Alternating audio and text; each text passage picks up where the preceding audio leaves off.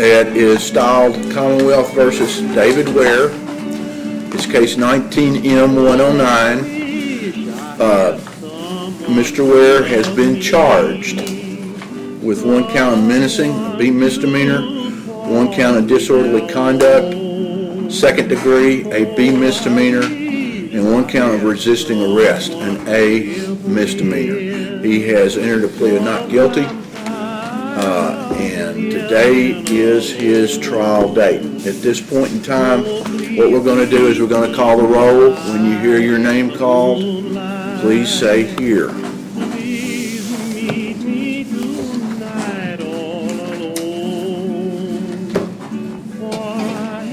Christopher White Adams, Justin Allen, Lisa Gale Bowling, Donna Bridges, Tiffany Childers, Sheena Cox, Dylan Trass, Jimmy Davis, John Dillard, Johnny Dillard, Show cause. Jeff Edgen,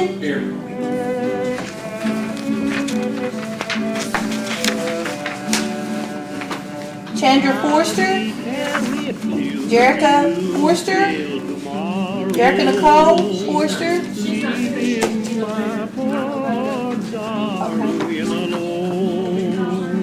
Don't worry about it this morning.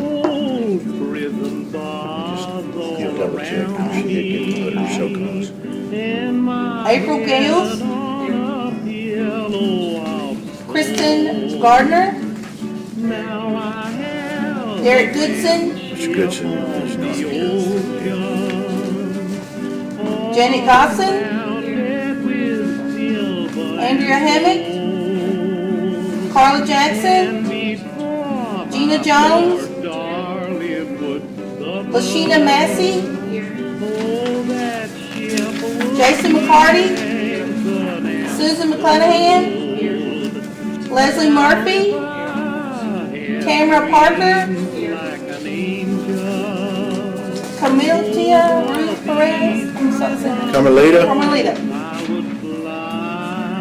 Anita Pryor-Joy, Teresa Ring, Tammy Val, Montana Weary, Garland Williams, Tara Williams. Very good. All right, everybody who answered here, if you would at this time, please raise your right hand. Do you and each of you solemnly swear or affirm that you'll make true and correct answers to each and all questions propounded or asked of you at this time? Say, I do. All right. What we're getting ready to do is we're going to call 12 of you up here. Bear in mind that a district court jury, hold on just one second. Okay, hold on. Just listen to what I'm saying, okay?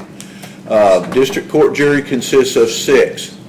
So ultimately there'll be 6 people who hear this case. The attorneys will question the people up here in the box, but remember, everybody is under oath and everybody is subject to being called. So even if you are not initially called up here, there's a possibility that you might be if somebody's excused for cause.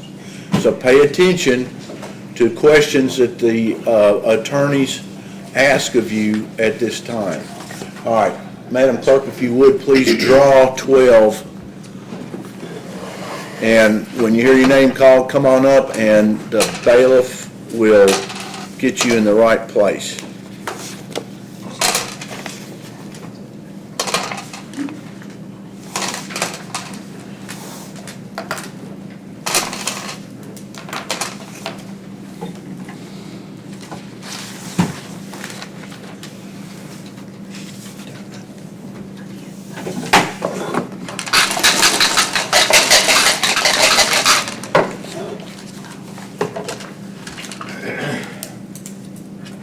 Number 4, Donna Bridges.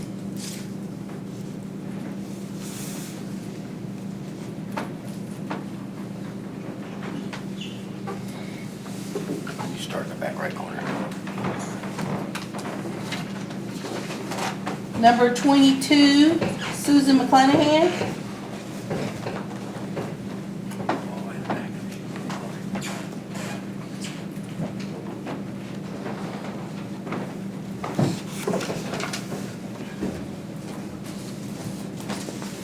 Number 26, Anita Pryor Joy.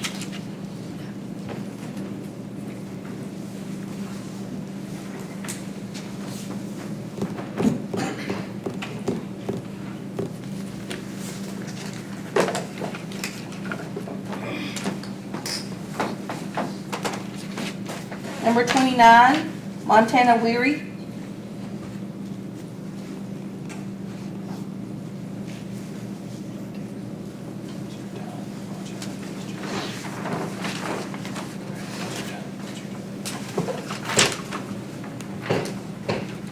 Number 5, Tiffany Childers.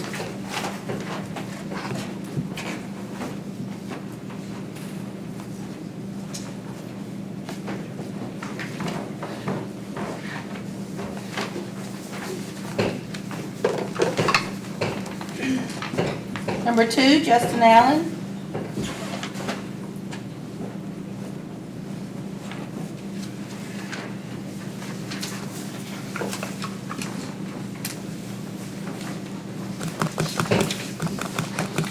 Number 30, Garland Williams.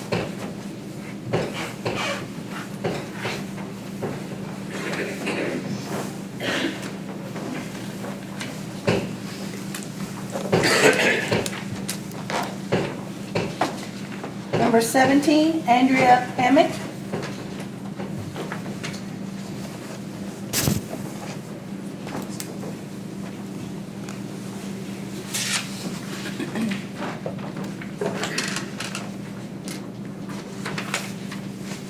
Number 13, April Gales.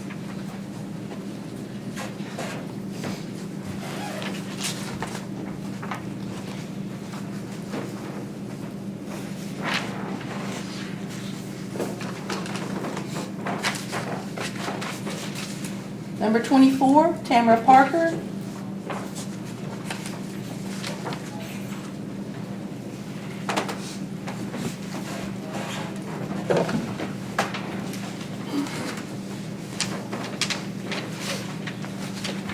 Number 21, Jason McCarty.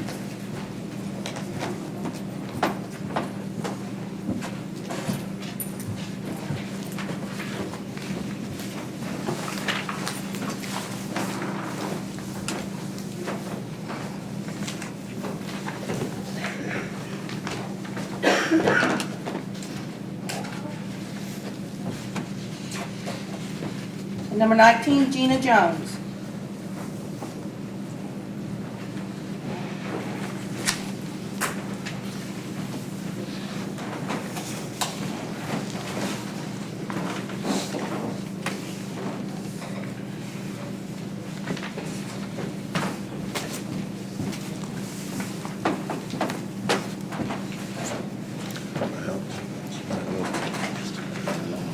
All right. Ladies and gentlemen, the attorneys in this matter are going to conduct voir dire. But before we get started, the court is sort of aware of witnesses, and I think that we have somebody directly associated with a witness, do we not? So I would think that the parties would not object in any way, form, or fashion to that person being excused. We're This- fine with Ms. Jones. That person works for one of the witnesses. I understand. No objection at all. All right. Ms. Jones, you're excused.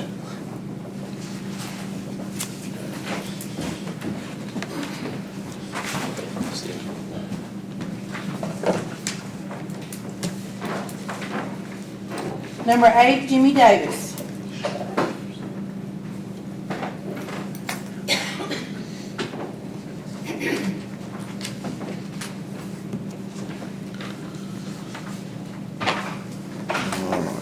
All right. Ms. Batch, you ready? Yes, sir. Madam approach the jury, Your Honor. Okay. Good morning, ladies and gentlemen. Have any of y'all ever served on a jury before? You wouldn't raise your hand? Nobody's done it? Okay. You have, maybe? Okay. You say, sir? Yes, sir? Yes. So a couple of you have. So, sometimes we don't know how long trials can go. They can go on for a little while. It kind of just depends on the circumstances. The prosecution's going to offer 3 witnesses today. And I'll go through the names to see if any of you have a relationship or know them. But I'll just start off by saying, is there some pressing matter you've got that is so pressing to any of you today that it causes you to just be distracted, that you've got something going on, maybe a personal nature? And I'll mention that if any of you, some of these questions may be a little personal today. If there's something that you'd rather not say in front of everybody, small town area, that's okay. Just let me know, or let the defense attorney know. I'm sure there's no objection. We can go up to the judge and talk in one private, okay? But is there anything that's pressing of a personal nature or otherwise that is just so weighing on any of you today that you don't feel like you could keep your mind focused on the trial? Okay. You'll be asked to apply the law today on 3 different charges. The judge is going to tell you about those charges later on in this process. But just generally speaking, is there any reason that any of you have for not being able to apply the law? You think you could hear the case today, make an unbiased decision on the law? Any issues with that? Okay. Do any of you have any bad experiences with law enforcement officers? No one? Any of you ever got a speeding ticket or a traffic ticket? If you do, just raise your hand. So most of you, right? Yeah, I've gotten a few too. But, were those happy times? Were there any issues with that? Is there any time that you've interacted with a law enforcement officer that sticks out in your mind and causes you to be maybe a little prejudicial to law enforcement officers? No issues? Okay. Is there anyone that's been a victim of crime that is particularly traumatic to you that would call that? Okay, so are you comfortable talking about it? Yeah, well, my son got shot, and we had a trial here just years ago. Oh, okay. A couple years ago, killed my son. Well, I'm very sorry, sir. But anyway, we went through several days of court with that. Okay. I'm sorry for that. Yes, thank you. Is there anyone else that has been a victim of crime, whether it was charged or not, that's traumatic to you? Okay. Sir, do you feel like because of that experience, it's understandable to me, if so, you might not be? It's sort of hard, being here. It brings back bad memories. And what's your name, sir? Garland Williams. Judge, so no objection to striking Mr. Williams. Mr. Williams, you're excused. Thank you, sir.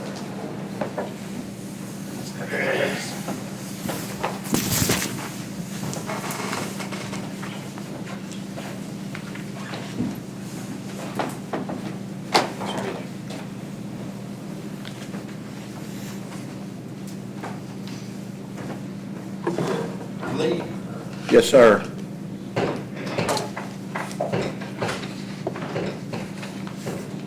Number 23, Leslie Murphy.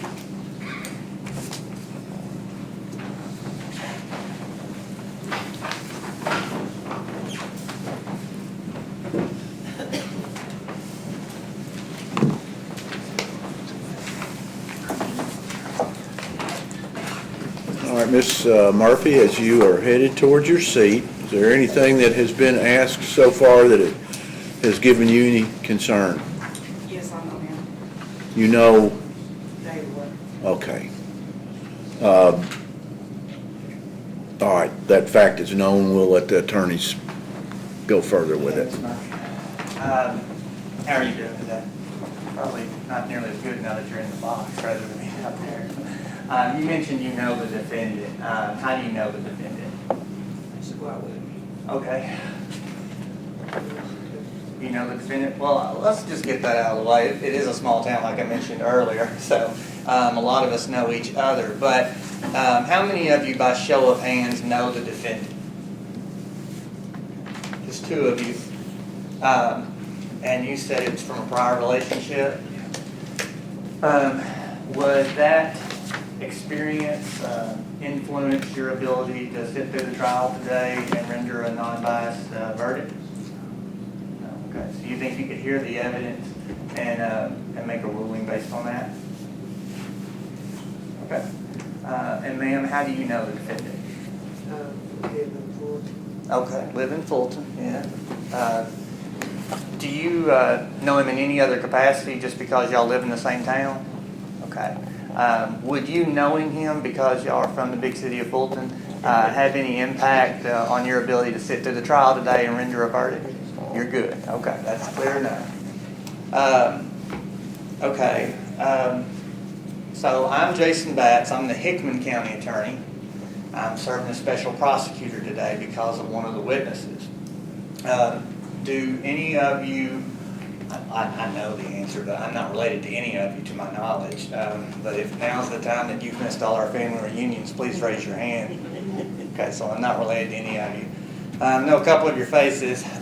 Is there anyone here who, and it's okay if that's the case, that because you know me or have had interactions, I don't think I prosecuted any of you in Hickman County, but I could be wrong. Because of your interaction with me, you feel like you couldn't sit here today and be non-biased? Any reason at all? Okay. One of our first witness, I think, is going to be Rick Major. He's the county attorney here, which is why I'm here talking to you. Is there, I'm sure all of you know Rick or know of him. Is there anyone here who, because of any relationship or interaction you've had with Mr. Major, the county attorney, or his office, that you feel like you couldn't sit through the trial and be non-biased? And it's okay if that's the case. Might be an issue for me. We're family friends. Okay, that's fine. I can ask more questions if need be, but I'm okay with,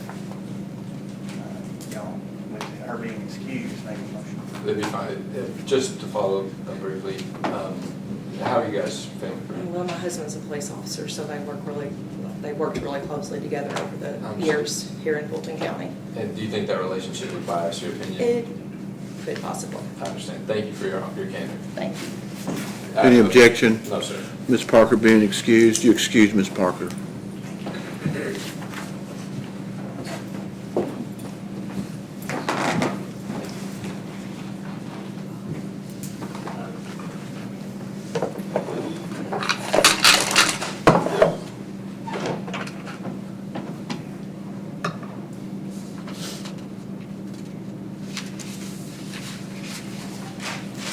Number 31, Tara Williams.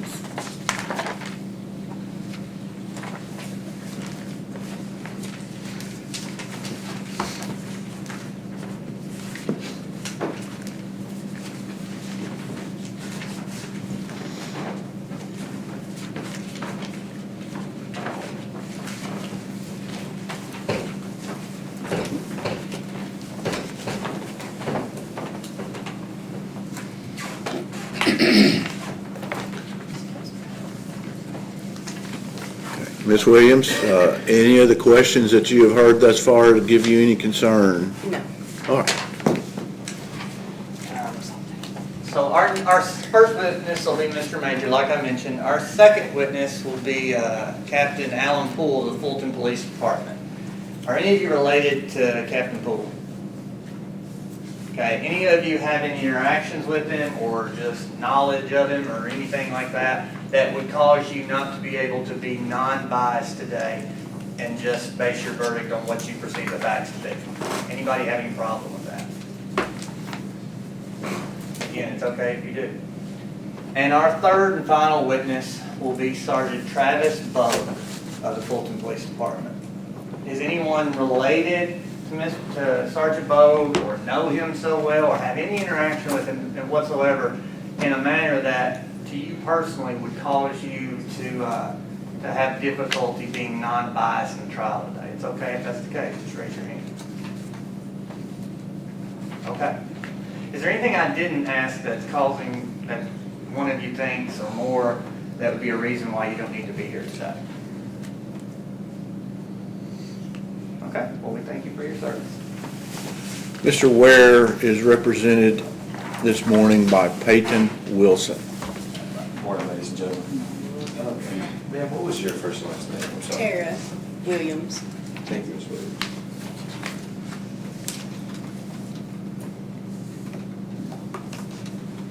Okay, happy Wednesday, everybody. So like the judge said, my name's Peyton Wilson. I represent Mr. Wilson. Ware today. I just have a couple questions before we get going. You heard Mr. Batts talk about bias. I'd like to talk about bias and prejudice. Specifically, I'd like to know a couple of things that are going to sound similar, but I think this matters. So just so we're all on the same page, bias is an irrational predisposition in favor of. So for example, I went to UK, I'm biased with the Kentucky Wildcats. That's kind of what I'm getting at when I ask these questions about these next couple of issues. So is there anyone here who is biased in favor of law enforcement? Meaning either you have family in law enforcement or you see somebody with a badge, in your estimation, they can do no wrong. Is there anybody here that would feel that way? Okay, excellent. Let me back up just briefly too. So this part of the trial is called voir dire. That's an old French term that means to speak the truth. Now granted, I understand it's awkward to speak up because we're in a small town and again, this is kind of a public speaking thing. But if for any reason you have a thought or feel like you should say something, please do not hesitate. Speak up because this is that part of the trial where I get to address you directly and we get to interact. Okay, now back to those questions that I was referring to. Law enforcement bias. Nobody in here has a law enforcement bias? Okay, excellent. Thank you. Next, we're going to talk about prejudice. Prejudice is the antithesis or opposite of bias. It's an irrational predisposition against. So for example, as a Kentucky Wildcat fan, I have an irrational predisposition against Duke. Makes sense, right? Is there anyone here who has an irrational predisposition against Mr. Ware specifically? I know a couple of you said that you know him. But suffice to say, you don't hate his guts. No. Okay, excellent. Thank you for that. Similarly, does anyone here have an irrational predisposition against Mr. Ware because he's black? Okay, excellent. Also, does anyone have an irrational predisposition against poor folks? Just because they're poor, they've got to be guilty of a crime. Again, this is low-hanging fruit, and granted, I understand what I'm asking, but I've got to do that. Okay, excellent. Now, I want to move forward in this voir dire process and talk about some of the components and facets of a criminal trial that really matter.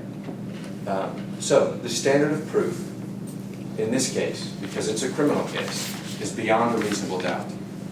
I can't define that for you. No one can. But suffice to say, it's the highest standard of proof there is in the law. Now, it doesn't mean anything specific like 100% certain or 97% certain, but it's your own estimation of what that means. And so you'll hear evidence today, and you'll hear jury instructions when you're charged and go back to deliberate. That standard of proof, beyond a reasonable doubt, does anyone have any issue with applying that standard here today in the facts of this case? Okay, excellent. Next, I want to talk about some rights that my client has, particularly the right to remain silent. Does everyone understand that the Fifth Amendment's promise of remaining silent means that Mr. Ware and I could sit over here like potted plants, say nothing all day, and if the prosecution doesn't carry that burden we just mentioned, it's your civic duty to exonerate him. Does everyone understand that?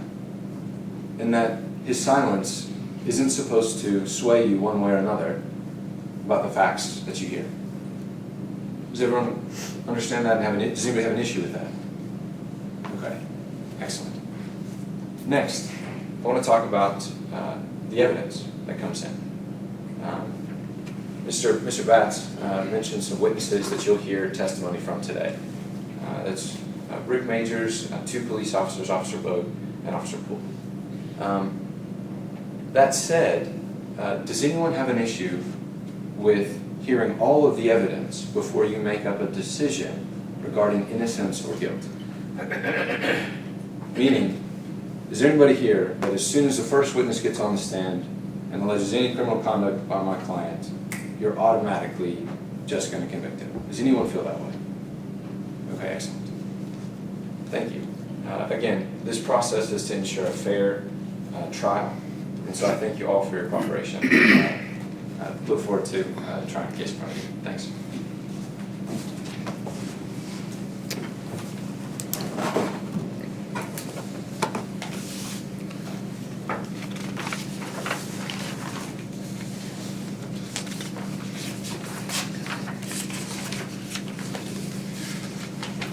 All right, at this point in time, the attorneys are going to review the panel and make their strikes. They each have 3 constitutional strikes that they can make. Those will be turned in to the clerk, and then after those are turned in, then the clerk will again draw names, this time 6.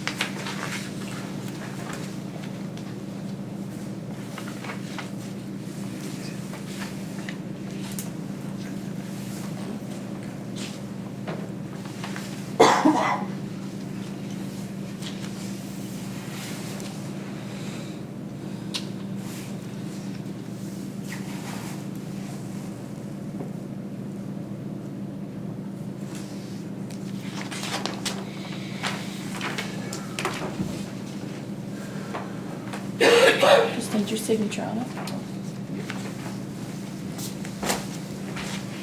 Good catch.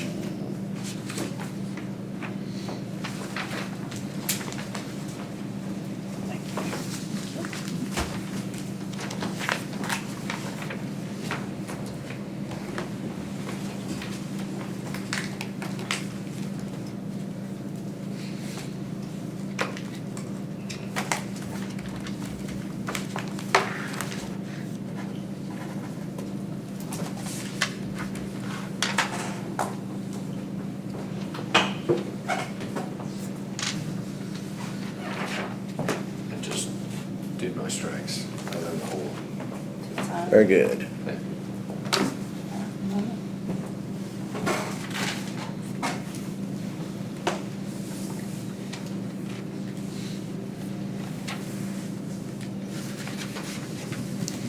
Let's do this back fast.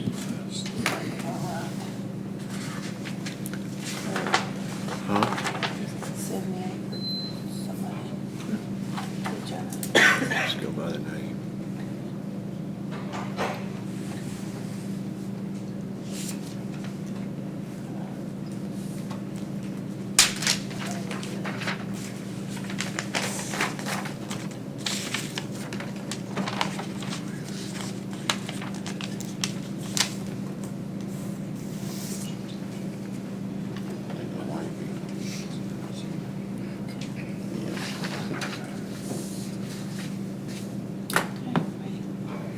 All right, Madam Clerk, draw the 6.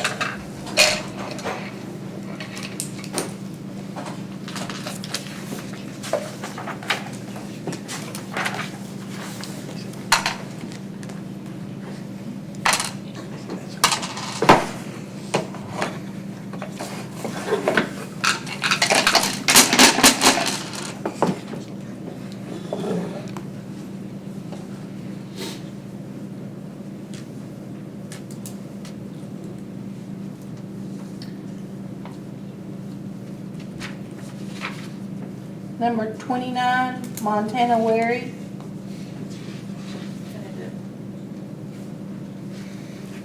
Just remember, if your name was called.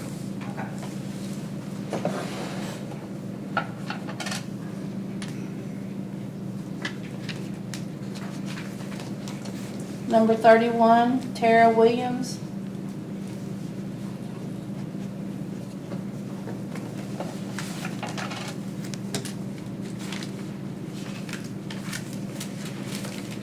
Number 2, Justin Allen.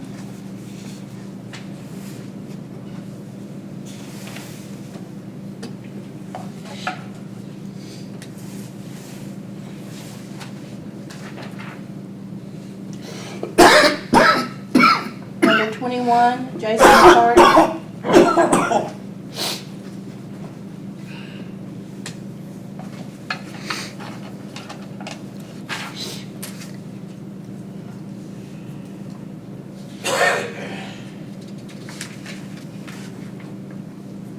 Number 17, Andrea Hammock.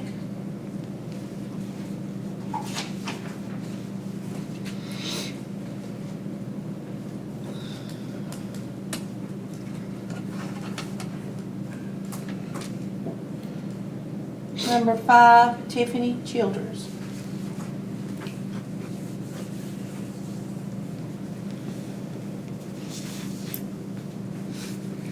Those 6 of you whose name was called a second time, if you would again, please raise your right hand. Do you and each of you solemnly swear or affirm that you will impartially try the case between the parties and give a true verdict according to the evidence and the law, unless dismissed by the court? Say, I do. All right, we have our jury. Those of you who were not ultimately drawn for this jury, both in the box and out in the gallery, thank you very much for your time and your service to this county and the Commonwealth this morning. You are excused. If anybody needs a work excuse, you can get it from the clerks up here before you leave.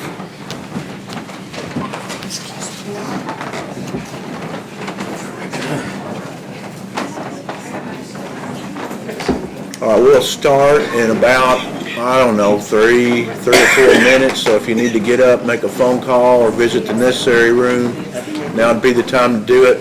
Sit anywhere in there that you want when you get back.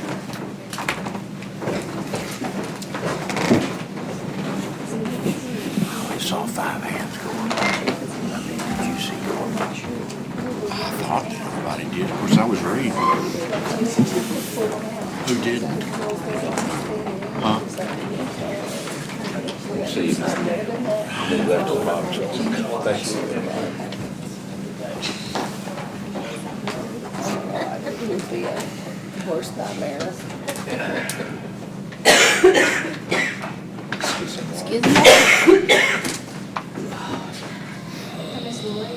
Yes, ma'am. What else do you need to put on? We don't have any elevator. What do you want to put on here? Still dropping off your license? Nothing. It's got the date on it. How long?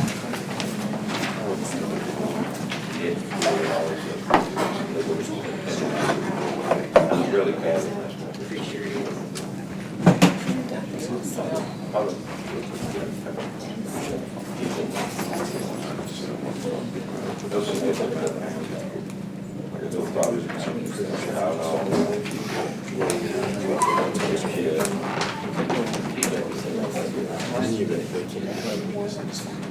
It was pretty simple. Give you the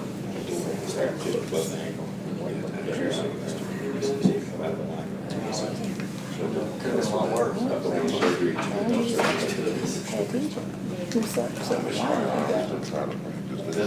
That's right. I'm trying to see. Older than the car.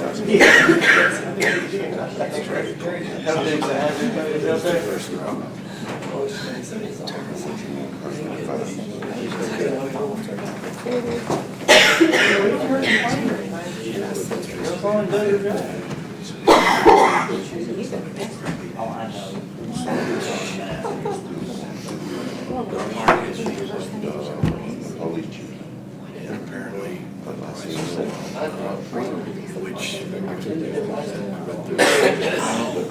The fiscal court has to approve it. I've never done It's it. a special. Are you serious? I don't know. I don't know why they're dragging their feet. You know why. They don't work.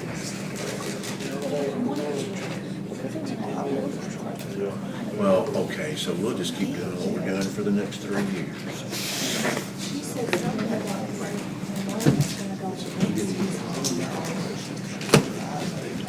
I don't understand any of it. I just know that, we can't use building.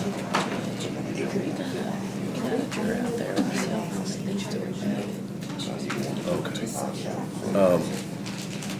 All right, all cell phones, once we get started, need to be off. I mean, off.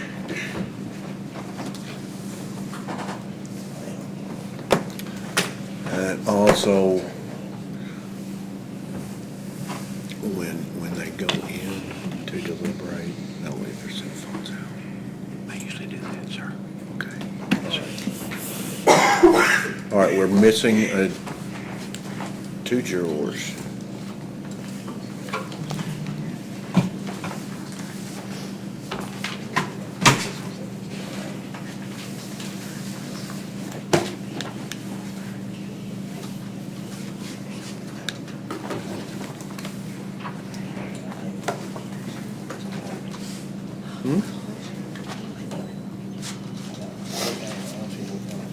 I don't read lips and I'm deaf and closed. Oh, I'm sure. That's what we have to presume or assume.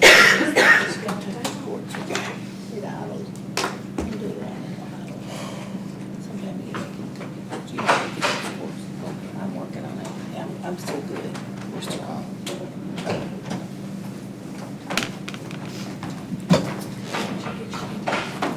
Huh?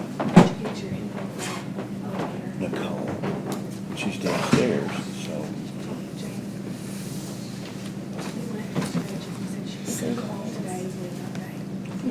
That's crappy. Really creepy. I don't know. I don't know what the deal is.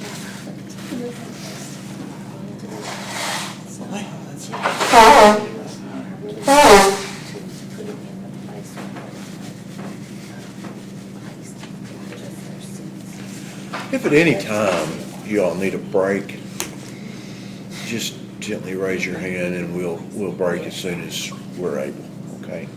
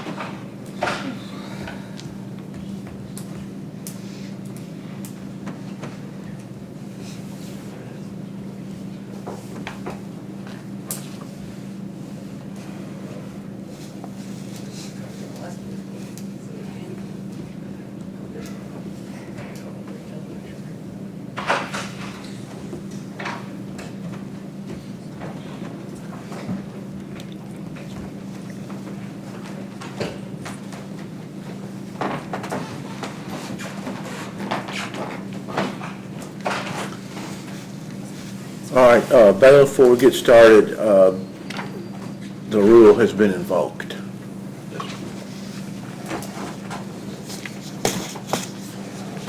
Party's ready to proceed? Yes, sir. We are, Your Honor. Opening statement by Mr. Pats. Thank you, Judge. And thank you, members of the jury.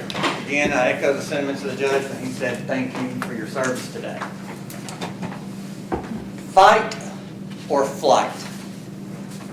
Fight or flight? The evidence today is going to show that the defendant had this choice to make on the afternoon of May 6, 2019. He could either stay and make a bad situation possibly worse, or he could take the advice of the cops that showed up at the scene and walk away. Cool off. Come back another time. Fight or flight. That was the decision that the defendant had to make. The evidence is going to show that the defendant, Mr. Ware, was with a female named Brittany Gray, and the defendant was getting pretty tense. The situation was getting heated. The evidence is going to show that the defendant was getting pretty agitated. So much so that Miss Gray, she called for help. She called the county attorney. The county attorney, the evidence will show, was concerned enough about the situation, hearing what was going on in the background, that he sent a text message to the captain of the Fulton Police Department. The captain responded that they'd go check on it. But not wanting to walk into a potential domestic situation alone, you'll hear how the captain grabbed his sergeant to go with him. So the captain and the sergeant go out to the residence where Miss Gray called for help. Upon arriving at the scene, you're going to hear the evidence show that the officers encountered the defendant who was pretty mad. He was angry, and they had difficulty calming him down. You'll hear the officers talk about when they arrive at a domestic situation, the first thing they do is try and separate the parties. Just to calm everybody down and find out what's going on. Get to the bottom of it. And try and prevent it from escalating worse. You'll hear how the cops showed up and advised the defendant to just walk away, cool off, to leave for a bit. Come back when he's more level-headed, so that they could figure out what was going on. And you're also going to hear how the defendant refused the advice of the cops multiple times. You'll hear how the defendant was yelling at the cops constantly. How the defendant was combative. How the defendant was mad. And you're going to hear how the defendant even hit one of the cops with his chest when he passed him in the house. And still, you're going to hear how the cops gave him a choice. Even after getting hit by the chest of the defendant, the cops told him to go on. Step outside, cool off, calm down. And the evidence is going to show that when they gave him this choice yet again to leave or stay and escalate the situation, the defendant was unable to leave because he was just out of control. You'll hear how eventually the defendant walks off after yelling at the officers, after visibly being angry, after hitting the officer with his chest, and then turns around and starts to come back at the officers, yelling at them again. And then you'll hear how the officers said, "That's enough. You're under arrest now." You're also going to hear evidence when they tried to arrest the defendant, he was wrestling with them and struggling. He was resisting, actively resisting arrest. He was fighting the whole process. He could have walked away earlier and let this go, but he chose to stay. In fact, he was wrestling so bad with the cops, you'll hear how they had to deploy pepper spray, which is, as you'll hear, is not something they normally do. But to try and get him calmed down, get him in handcuffs for his own safety and for theirs, they had to pepper spray him. It was that bad. Now, you're going to hear evidence that in this wrestling with Mr. Ware, the defendant, it took both the cops actively involved to subdue him, and his shoulder was hurt in the process. And you're going to hear how the cops are pretty disappointed at the camera system that they have on them, as they'll tell you it does from time to time, broke. The file's saved, but it's corrupted. It won't open. It's there, it just won't open as technology tends to do. So unfortunately, as the cops will say, you have to hear about this today instead of seeing it.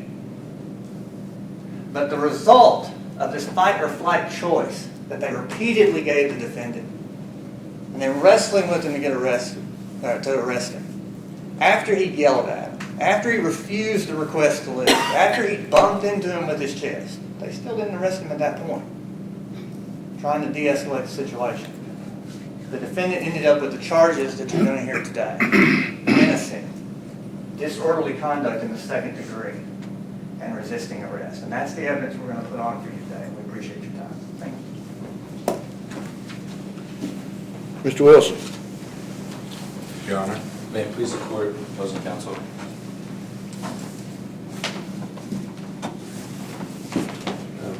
Mr. Batts went on for some time about fight or flight. I would surmise that that's a mechanic we all have when faced with an adversarial situation. Earlier in voir dire, I asked you to keep your minds open to the evidence that you see. Pay close attention to what you hear. And look for the truth. Because the truth is, despite that chest bump that was described as my client's fault, we've got a different view of what happened. And yet my client is not charged with assault. The domestic disturbance, the call, why they were there, my client's not charged with anything related to Ms. Gray either. Every bit of the charges have to do with these interactions with officers, law enforcement. And what you didn't hear from Mr. Batts that we'll be happy to present through evidence is that David Ware lived there. He lived there. And they asked him to leave. Think about that. He does not have a duty to retreat. It's his home. Without a crime accusation, without a warrant, without probable cause, these officers came in his home and told him what to do. The chest bump, ladies and gentlemen, is a very interesting occasion because of where it happens, how it happens, and why it happens. So I ask that you pay very close attention to that. But thinking through this, the pepper spray, the injuries, etc., that doesn't mean that he's guilty of resisting arrest. That means that that's what happened. But there are facts and circumstances for which a reasonable person would have to act the way he did.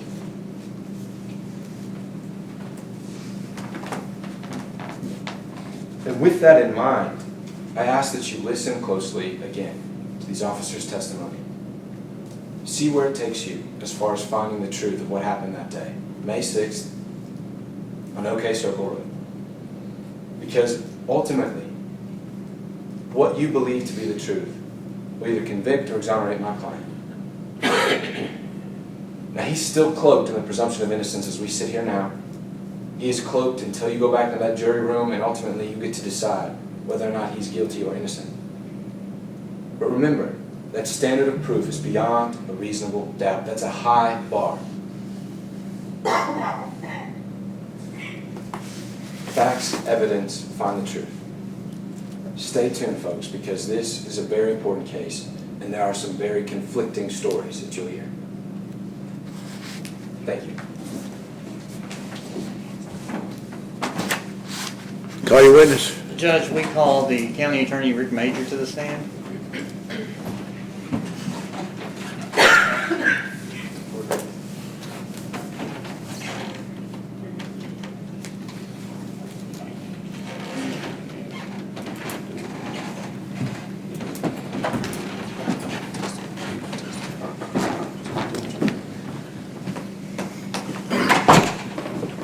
You solemnly swear affirm testimony you're about to give is the truth, the whole truth, nothing but the truth, so help you God. I do. Be seated, sir.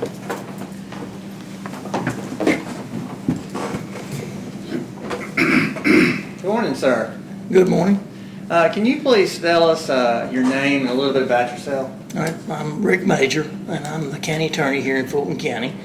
I have been since 1999, and I live here in Hickman, or out in the county. Do you know Brittany Gray, Mr. Major? I know who she is. And can you tell us about any contact you had with her around May 9th, 2019? May 6th? May 6th, sorry. May 6th? Well, May 6th was a Monday, and it's not normally a day we would be in district court. But we had a special judge, Judge Crooks, come from Mayfield for a domestic violence hearing, an unrelated case.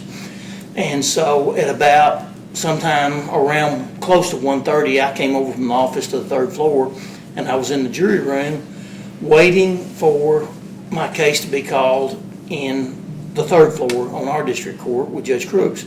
And I got a call on my cell phone from Brittany Gray. And she, I think, had called the office just before that. And either they told her to call, or everybody's got my cell phone number anyway, by and large. She called. Okay. And can you tell us about that phone call? Of course, it's been nearly a year ago, but in essence, there was an argument going on between her and Mr. Ware, and she wanted him to leave, and he didn't want to leave, and the conversation went back and forth from her and Mr. Ware, probably more with Mr. Ware, if I'm remembering right, that he hadn't done anything wrong and she was going to make something up on him, and she wanted him to leave and wanted, I don't mean to make light of it, everybody wants a piece of paper. You know, they want to go to the county attorney and get a piece of paper to make someone leave, an order of some sort.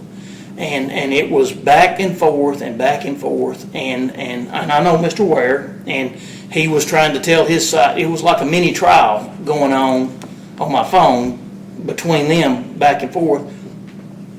Both were agitated, and it was building up and building up, and I was about to go into the courtroom for this hearing. I couldn't stay on the phone, and I think Mr. Ware was concerned she was going to make something up on him. She wanted him out, and I put him on speakerphone, went over to my text messages, and texted Alan Poole, who was with Fulton PD, and said, basically somebody needs to get over there. It's getting agitated. It's a problem. And he responded real quick, and I'm still on the phone with him. And I got off of the phone about the time they showed up. They responded real quick. And I wasn't there to see anything. It was pretty heated. And basically we hung up about the time the police got there. When you say it was pretty heated, can you describe the defendant's mood on the phone? Well, he was mad.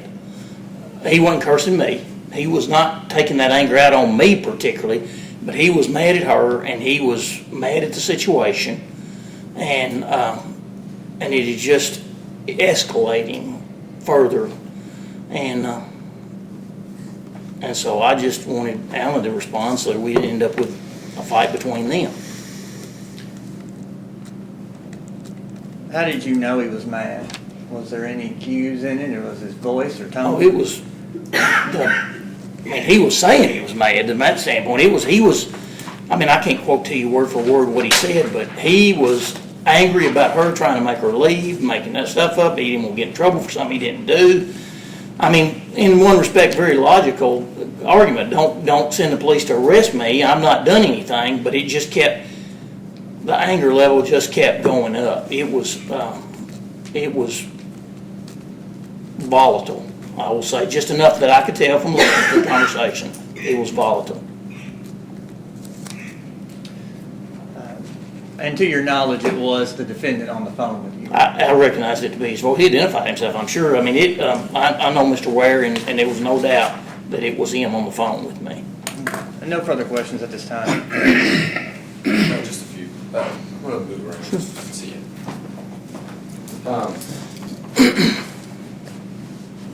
Okay, just to put it in context, at the time you received this phone call, you're waiting in the jury room upstairs Upstairs.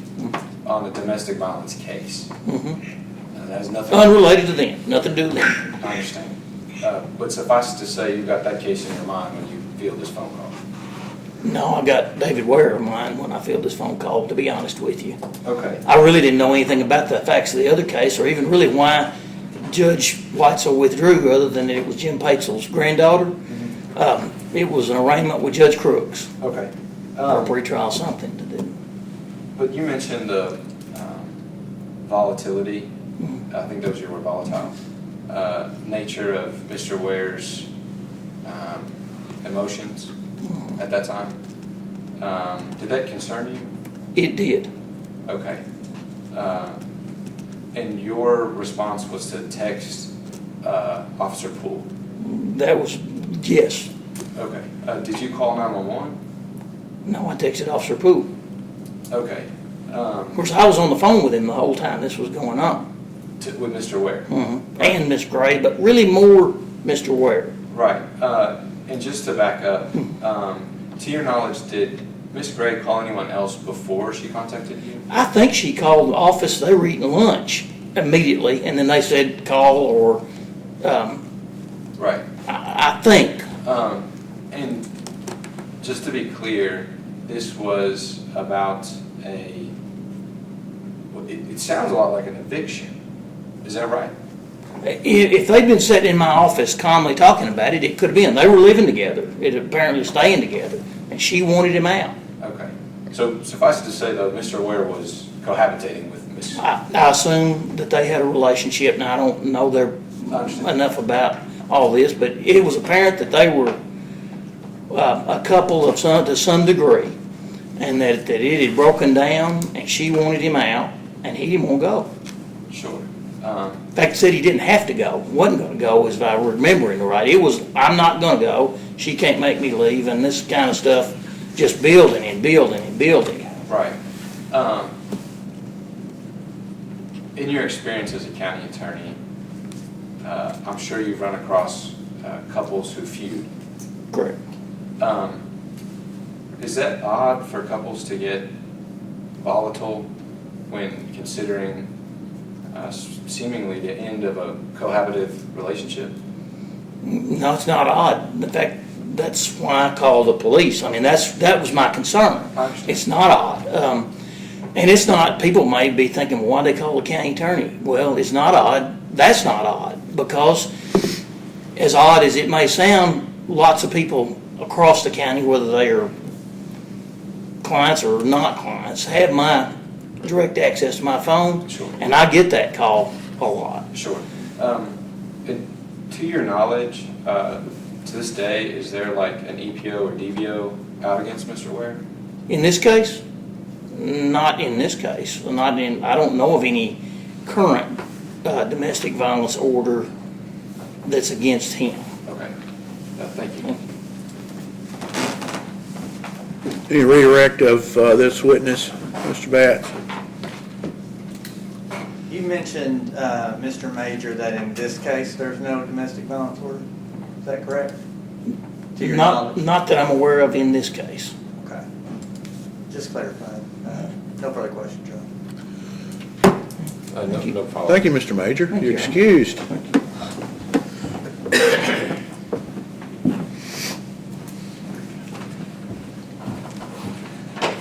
Judge, the next witness the Commonwealth calls is Captain Allen Poole of Fulton Police Department.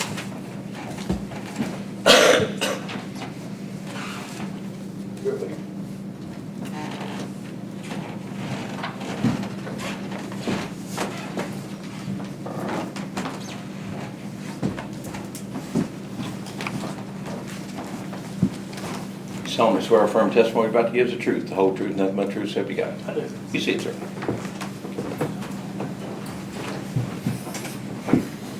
Morning, sir. Morning. Can you tell us your name and a little bit about yourself, what position you hold? My name is Alan Poole, and I'm the captain of the Fulton Police Department. Captain Poole, how long have you been in law enforcement? I began my law enforcement career in 2001. I had a 2-year break in service for a total of over that 19-year span. What types of crimes do you typically see? My job function at the police department is the detective, so generally I handle the felony caseload, and then I'll assist on the street whenever an officer needs backup. Do you recall interacting with the defendant on May 6, 2019? Yes, I do. Can you take us through how you were involved in that interaction and what happened?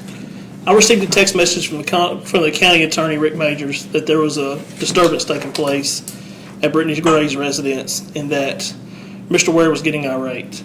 I got Sergeant Bowe to go with me, and he and I went to that residence on OK Clifton Circle. I'm going to show you an image, and I want to see if you recognize it.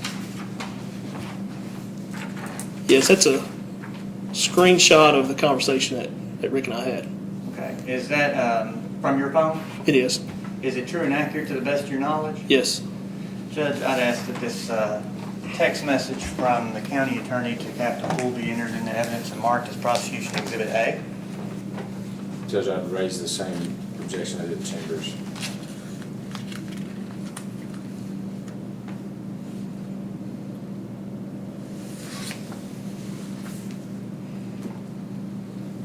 We could approach it, that would be. Yeah, you want to approach? Yep.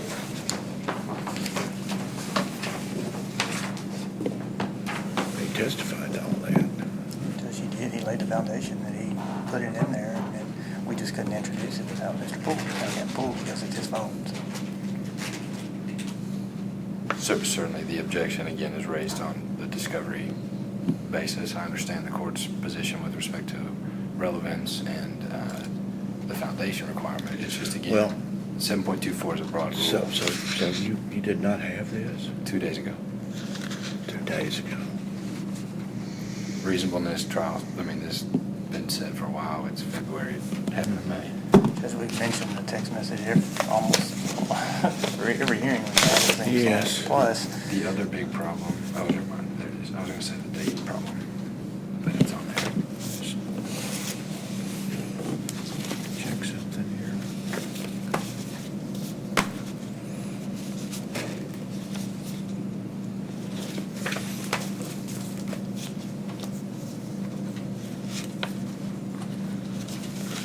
I'm looking for the court's trial order. I want to say it was in July, Yeah, because this was supposed to go. I saw it, and I don't know if I've got anything in there. Here we go.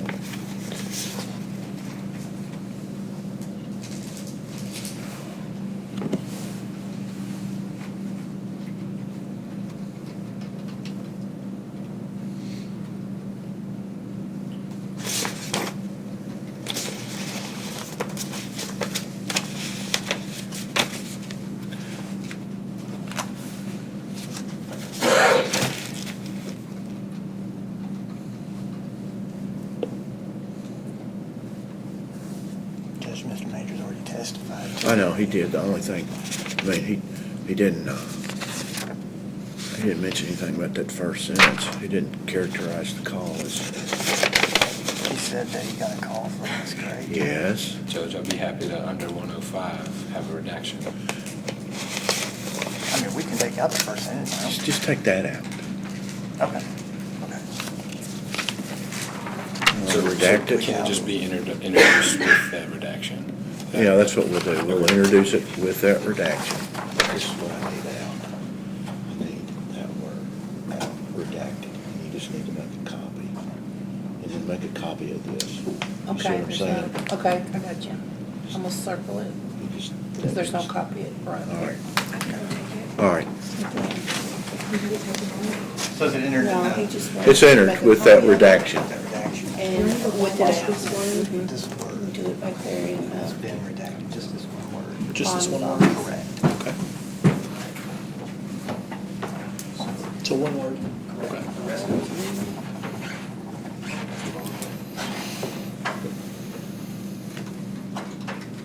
So Judge, may we continue? Please. Officer Poole, you mentioned that this exhibit was put on evidence, most of the text message, correct? That's correct. Can you read with the redaction, the court order, what the text message says, please? Just had a call from Brittany Gray about David Ware. He was there while she was calling. She was wanting a paper from me to make him leave. He was getting agitated. Thank you. So, when you mentioned that you got the sergeant together with you, when you and the sergeant arrived, what did you see?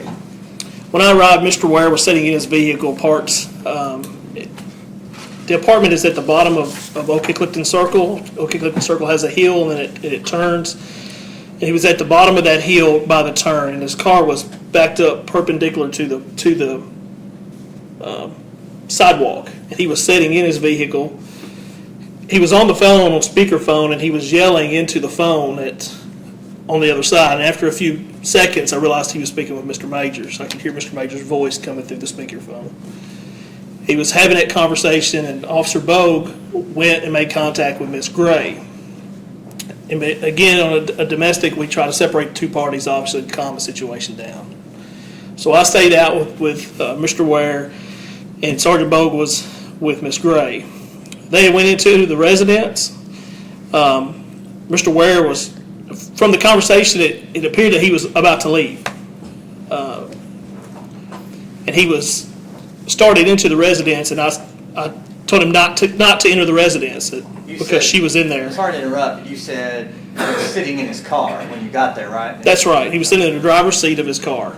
Okay. And he started to go in the residence. And again, he was extremely irate, cursing, yelling into the phone. When I told him not to go in the residence, he stated he was going, that he didn't, with expletives, that he didn't care about the police. And he went to the residence. So I followed him up the sidewalk to the doorway of the residence. He had went in, and Officer Bogue, Sergeant Bogue was coming out with Brittany, and he had went into the kitchen.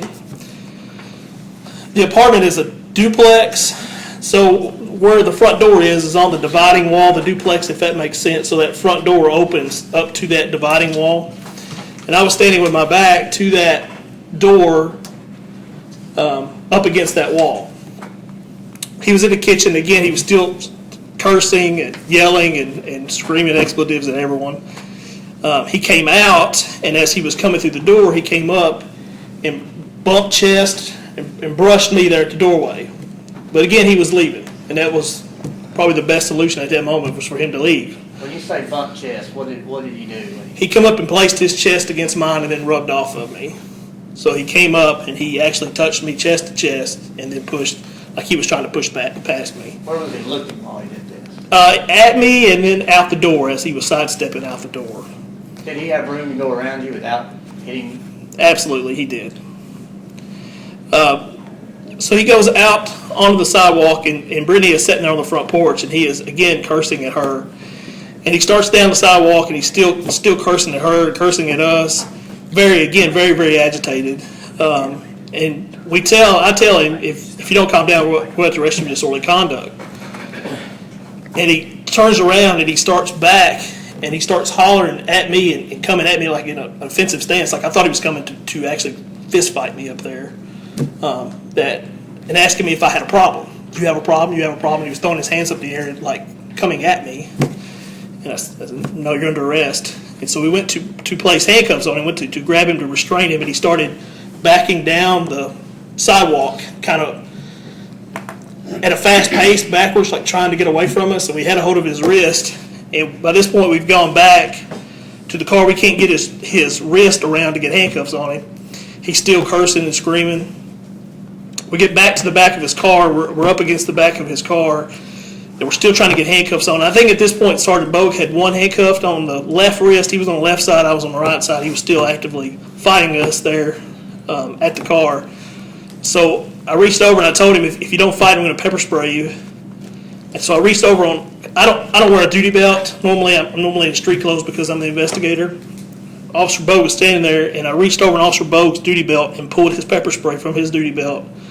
And again, warned him that if he didn't give us his hands where you handcuff him, we were going to pepper spray him.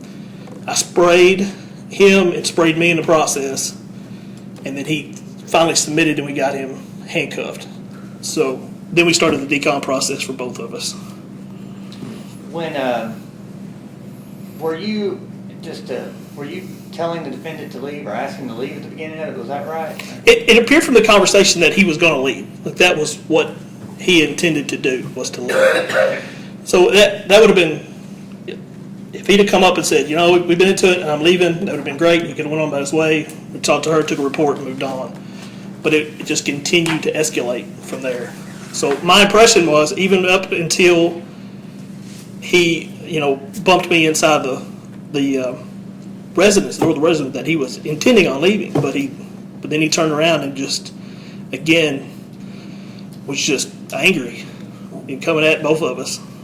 And this time when he charged at me, Brittany is sitting right here next to me. So at first, I wasn't real sure if he was charging me or charging her, but he was coming right at both of us, and then I realized he was coming more towards me than her. And can you describe what he was yelling, what he was saying, you mentioned? He was just cursing about the police, about Brittany, about everything. He said one of his comments, it's a quote of his, was that he didn't give a fuck about the police. He screamed that a few times. Did you find the behavior threatening? Yeah, I thought that he was coming to attack me when I was on the porch. I felt like this had escalated to where we were going to have to fight. And now, can you describe the area you mentioned in an apartment or whatever it is? Was the threatening part, was that outside the apartment? Yes, all that occurred outside it. The only thing that occurred inside, if you will, was in the doorway, was that the chest bump when he bumped me and pushed off to the outside. Are you, as an officer, as the captain of the police force, are you trained in how to apprehend someone? Yes, absolutely.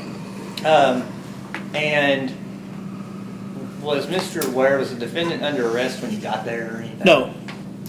And so can you take us through and describe to the jury how the force y'all used to arrest him? Sure. We first informed him that he was under arrest. It escalated to the point that there was not going to be a resolution. It was just continually escalating, so we had to take an enforcement action.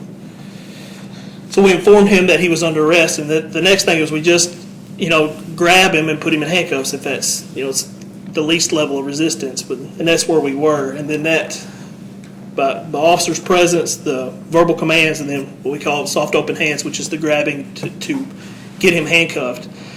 Even that didn't work to the point that we had to escalate to the chemical spray, to the OC spray, and had to pepper spray him. At no point, that's the only force that we used on him. He did, we were able to restrain him. We didn't even, in a lot of active resistance, you end up on the ground. He didn't even end up on the ground. We got him up. After we had pepper sprayed him in that resistance, we were able to get him handcuffed from there. It was quite the struggle until he was handcuffed, but until he was pepper sprayed. But then after the pepper spray, he submitted to that. Okay. And what happened after the pepper spray? You mentioned decontamination. Yeah, we obtained, there was a water hose there on Brittany's residence, and we hooked it up and started putting water. The only way to get rid of pepper spray is to wash it out. You just have to put copious amounts of water in your eyes until you can see again. So we started that. We got him there. We did the same thing. Someone brought us some baby shampoo, which helps. So one of the residents, I believe it was the resident next door to the next duplex, brought us out baby shampoo, which helps you get out of your eyes without irritating it more. And so we had done that, and we did that for Mr. Ware too. Do you wear a body camera? I don't normally. Did you have one on that day? I did not. As the captain of the police force, are you familiar with the department's use of the body cameras? Yes. And can you describe that procedure, kind of how y'all use body cameras, when y'all do? The officers are each issued a body camera. They're supposed to wear them when they make contact with people on patrol. The system it's good and it's bad. It's still an emerging technology, so there's still some quirks in it.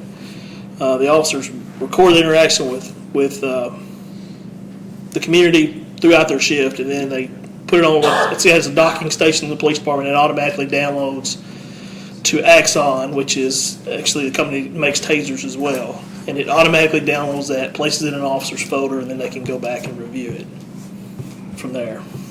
Was there an officer with video camera that day? Yes, there was. Who was that? That was Sergeant Bogue. What happened to the video image of this incident? We have an issue with the system where a video file will become corrupt, and it won't download. In fact, it shuts the entire system down when it gets to that. For a long time, we didn't know what was going on. We were leaving cameras on for a week at a time trying to figure out what was going on, and then we had spoke with Axon after having several issues, and they informed us that from time to time a video file will get corrupt, and that's what happened to this video. Unfortunately, during this incident, it was a corrupt video. You mentioned from time to time. How often does this happen?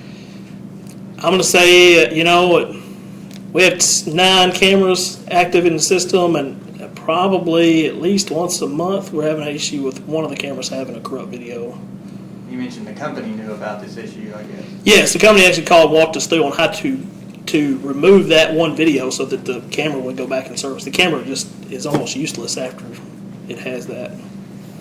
Have y'all tried to retrieve this video? They asked us to try to manually download it, not from the docking station, but through some other software, and we tried that. It wouldn't do that. It actually crashed the computer that it was on then. We haven't had any luck getting this video off. Are you happy that the camera's lost, the video camera's lost? I wish we had the video today, because then you would see how irate he was and what we had to do. And I'm left describing it because the file is bad, where you could have watched that video and seen that. And those are expensive cameras. We expect them to work when they're supposed to work. So no, we're not, this unfortunate it happened. Wish it was here. Really do wish it was here so you can see it. You mentioned you've been a cop for about 19 years. How often during that time have you pepper sprayed someone? I'm going to say less than 10. Less than 10 times. If I had to, that's a rough estimate over the 19 years. I have no further questions at this time, Your Honor.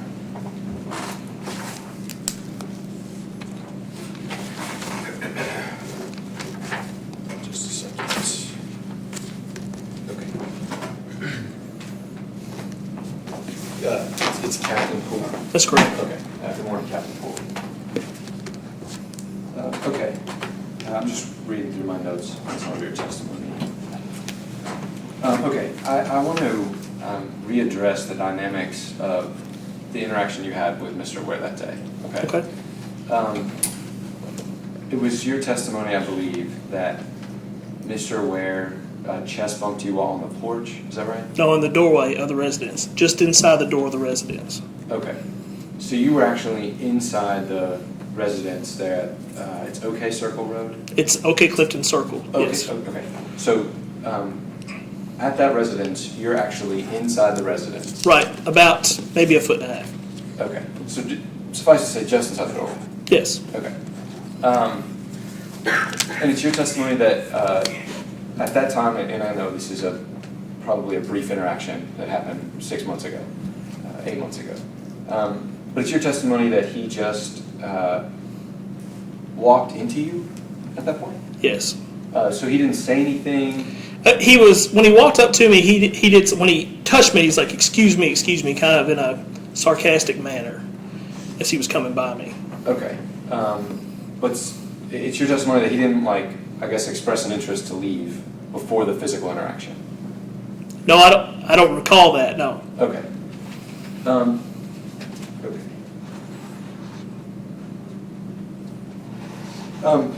Were you invited in the residence? No, I wasn't technically. I guess no one said, please come in, but when he ran into the residence, she was coming out. But at that point, he was going into the kitchen, which is the most dangerous room in the house, one of the most dangerous rooms in the house, because of the weapons involved. Sure. But was he suspected of criminal activity at this time? Just the fact that he was so irate, and we were there investigating what could have been a domestic violence. Sure, but it certainly is not your testimony that's illegal to be upset. To a certain point, no, yes and no. I mean, at some level, when you're that aggressive, it becomes illegal. Okay. Did he live there? He stays there. He's not, I don't believe he's officially on the lease there. I don't think, there's some ruling there by the housing authority, is why he's not legally on the lease. Sure. Did you walk around the apartment at all? No, Okay. And to your knowledge, were Mr. Ware and Mrs. Gray cohabitating? I believe they are. Knew they were in a relationship and that he stays there, I believe, a lot. I'm not sure how long or how that arrangement. Sure. Okay. Now, I'd like to go back to your first interaction with Mr. Ware. I believe it was your testimony that happened around his vehicle. That's right. Okay. Could you describe where you were with respect to that vehicle when you first heard him talking to Mr. Majors? I'd say 10 feet away, and he was there with the door open, sitting in the driver's seat with his phone out, and it was on speakerphone. Okay, like legs hung out the side maybe? I believe he was half and half in, if I remember right. They had Okay. one leg in, one leg out. Just sitting there, basically using the front seat of his car as a chair. Okay. And you said 10 feet away? Roughly, I would guess. Okay. And when you heard him hollering at Mr. Majors, did he make any threats or anything like that? I didn't hear a specific threat towards Mr. Majors, no. Okay. And when the conclusion of that phone call occurred, what did he do? He started into the residence. Okay. Did you say anything to him at that time? You had mentioned some protocol to... Yeah, I told him not to go in the residence. Okay. Was that all you said? Just, like, if you wouldn't mind, could you paraphrase what you actually said? That he just don't go in the residence because she was inside the residence. Okay. And suffice to say, he disregarded that. That's correct. Okay. So he went into the residence. Was Ms. Gray in the residence at that point? Yes. Okay. And she was with Officer Bode? That's right. Okay. Do you know what room of the house they'd have been in? No, I don't, because when I got there, they were starting to exit the house. They were coming through the living room. Okay. So just so I got my order of operations right. Mr. Ware goes into the house after you said don't go in the house. Right.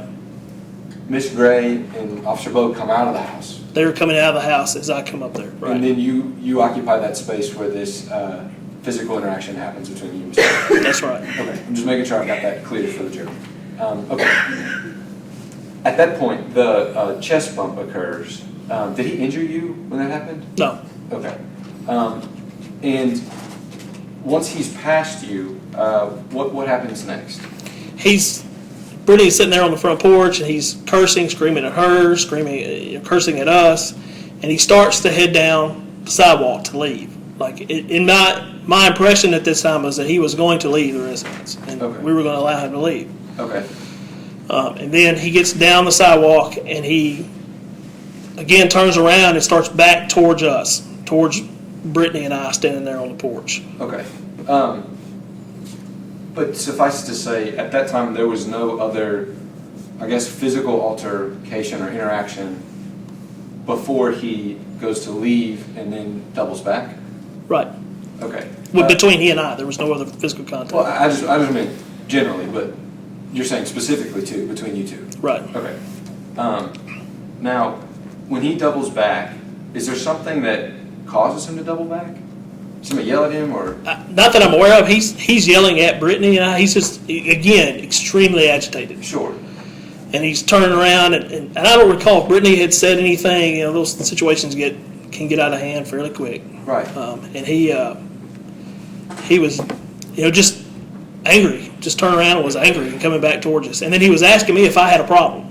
Right, but just to be clear, it's your testimony that's almost spontaneous, that he's leaving, like charging towards his car almost, and then doubles back.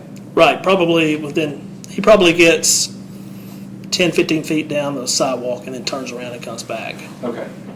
And it's at that time that you indicated the threatening behavior occurred. Could you describe that for us? Well, he was just an offensive stance, like he was coming up and yelling, like he was going to come up to start a fight, to fight one of us. Sure. His hands in the air, screaming, asking if we had a problem, and just coming at us, like, and an aggressive manner. I don't know exactly how to explain to you, but like he was coming to fight. Right. Did he have his hands clenched up, or were they open-handed? Do you remember? I don't recall. Okay. And you and Officer Bogue, you mentioned you didn't have the belt. That's right. Is that right? I don't wear a duty belt. Right. You did have a sidearm though? Yes. Okay. Same with Officer Bogue? That's correct. But he actually had the full belt of the handcuffs, pepper spray, the baton, etc. Exactly. Yeah. Okay. I'm not sure exactly what he carries, but he has on the duty. He wears a duty belt. Every day. Okay, I understand. And it's at that time that you had testified. Did you warn him that you were going to arrest him? We warned him about his behavior being disorderly. Sure.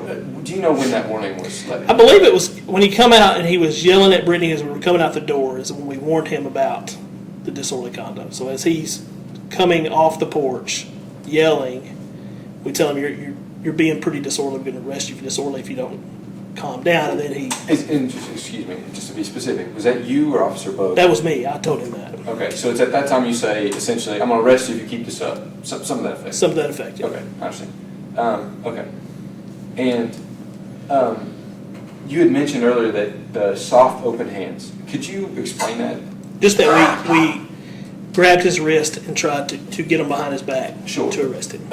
Do you remember who grabbed him first? Was it you or Officer Bogue? I'm guessing you guys didn't grab him simultaneously. I don't know who grabbed him first, and I don't know if we grabbed him simultaneously, but it's going to be pretty close. Okay. Do you remember which arm you would have grabbed his?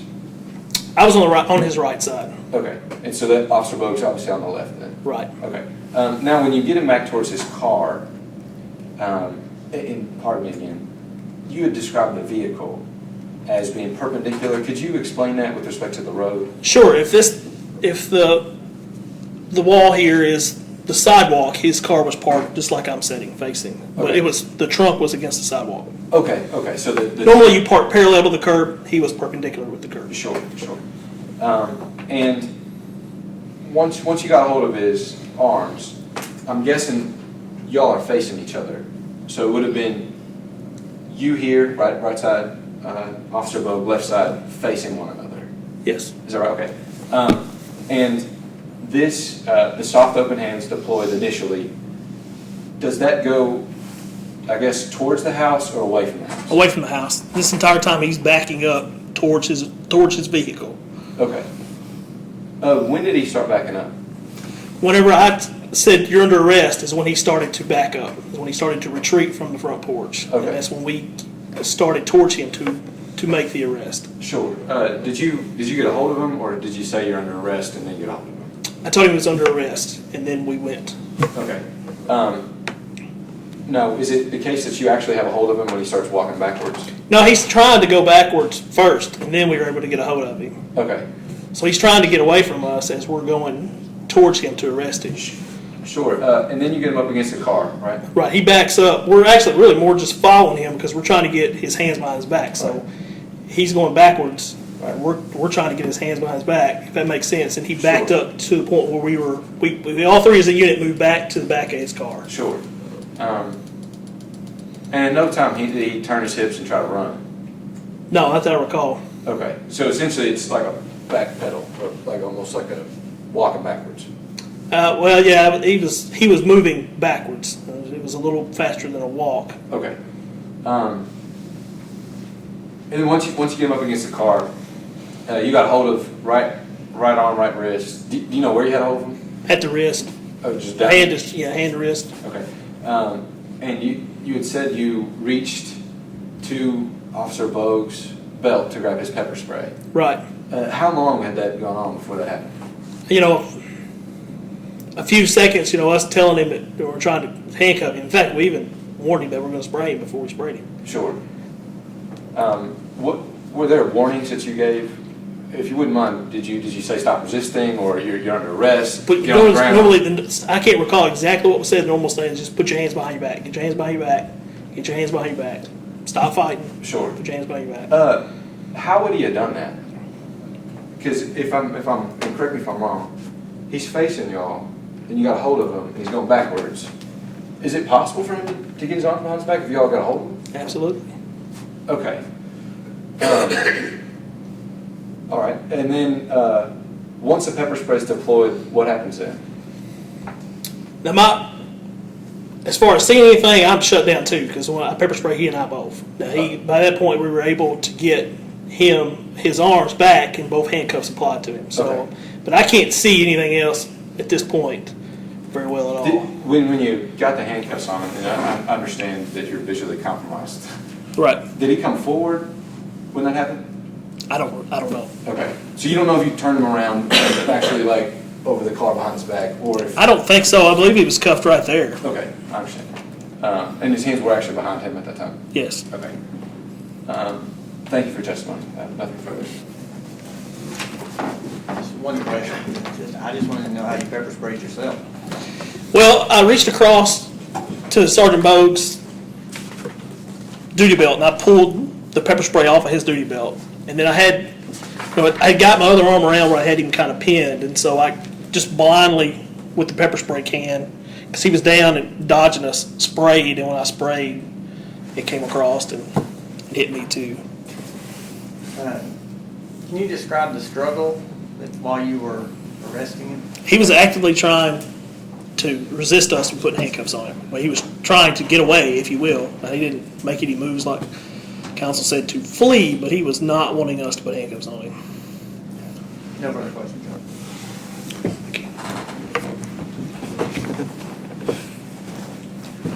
Your Honor, we would call Sergeant Travis Bogue with Fulton Police Department.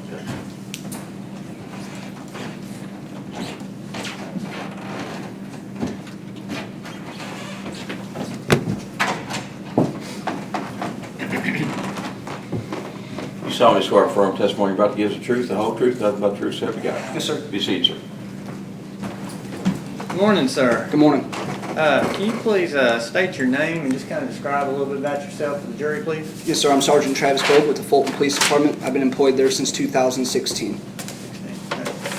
Were you a cop anywhere before in law enforcement? For No, that? sir. Okay.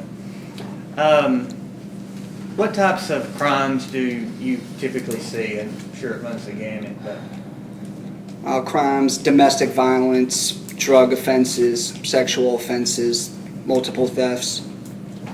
do you recall interacting with the defendant on May 6, 2019? Yes, sir, I do. Can you take us through how you got there and what interaction happened? Well, me and Captain Poole were originally at the police department when he told me there's a problem probably at OK Clifton. We need to go check it out. I just got some information from the county attorney. And I would let you know that the text message, I don't want you to mention, there's some part that's been redacted, so no need to read the text message. I was never made aware of the actual context of the text message. I was just acting on the information that my captain gave me, speaking about the county attorney. Okay, and so y'all went out there and what happened? We showed up and I saw Miss Grace standing on the sidewalk area. He pulls up, and naturally when there's a dispute or disturbance and we don't know much more about the situation, we like to separate. So he stayed outside with Mr. Ware and I went inside with Miss Gray as I'm speaking with Miss Gray. I could hear a bunch of yelling outside, and from what I can hear, I heard, "Don't go in the house." Objection. It's hearsay. Judge, if the statement is coming from the defendant, it's a statement against interest and would be an exception to hearsay. I'm pretty sure that's not from the defendant. Yeah, it was not from the defendant. Oh, okay. Stained. Thank you, Judge. Then the door opens. I then look and say, "Hey, just stay outside for a second." And he proceeds to go on inside anyway after making expletive statements, passes between me and Miss Gray and heads to the kitchen. Well, a kitchen's the most dangerous part of a house. So we naturally tell Miss Gray to walk outside, and I stay outside with her. Captain Poole has the door open with his back against it to look inside the house and wait for Mr. Ware to come back out. Mr. Ware's got his back, Captain Poole's got his back against the door. When Mr. Ware comes out, it's almost like a chest and shoulder rub. Excuse me in a sarcastic manner. As he left, there was more yelling and cussing, and Captain Poole stated to him, "You're being borderline disorderly." And then we both asked him, "We thought you said you were going to go." And when he comes around back off the sidewalk, turns around and walks back up and says, "Do you got a problem?" So at this point, Captain Pools explains to him, "You're under arrest." Well, as we walk up towards him, he's walking backwards. By the time we get our hands, it almost felt simultaneous. We both got a hand at the same time. By that time, we met the trunk of his vehicle. The trunk of his vehicle was parked, not parallel with the curb, but perpendicular. At that time, me and Poole both struggle to get his hands behind his back. We're both fighting with him, tell him, "Put your hands behind your back, put your hands behind your back." I then radio to the county that we're actively fighting. This is actively resisting. By this point, my mic gets knocked off, my body cam's knocked off. At some point, I do get a cuff on him, but Captain Poole is still struggling to get the other arm behind his back. And Captain Poole has me stay still. He reaches across and grabs pepper spray from my duty belt. At this point, he instructs Mr. Ware that if you don't put your hands behind your back, I'm going to pepper spray you. After saying that a couple of times, he then sprayed Mr. Ware with OC, and then Captain Poole actually got some spray on himself. We then were able to get Mr. Ware cuffed after that, and then that's when Captain Poole instructed, "Brittany, can you go get the garden hose?" And that's when we decontaminated before placing him in the back of my patrol vehicle. You said you radioed to county. What were you radioing to county? I remember saying, "County, we're fighting." Just those 3 words. Is that for backup? Yes, just for anybody that's out there that can hear us. And can you describe the defendant's demeanor when you got there? I could hear lots of yelling, lots of cussing. He appeared very angry and agitated. And were you trying to separate the two? Does that kind of... I believe he was sitting in his vehicle when we showed up with the car door open on the phone. And when I was hearing the yelling, I just said, "Brittany, let's just go inside. Let's not make this worse. Let's just go inside and separate them two, even if I could separate them by sight." And that's why me and her stepped in the house to talk. Did you find the defendant's demeanor towards you threatening? The whole situation felt threatening. Were you in uniform? Yes, sir, I was. Were y'all in a cop car? Yes, sir, I was. You mentioned that your camera fell off or something? Yeah, my body cam actually fell off onto the curb after we were actually able to get him handcuffed. I went back and grabbed my body cam that actually stuck by the trunk of his car. How did it fall off? It fell off during the struggle to get him handcuffed. Did you have your body cam on that night or day? Yes, sir, I did. Yes, sir, I did. Okay. Is there video footage of that event?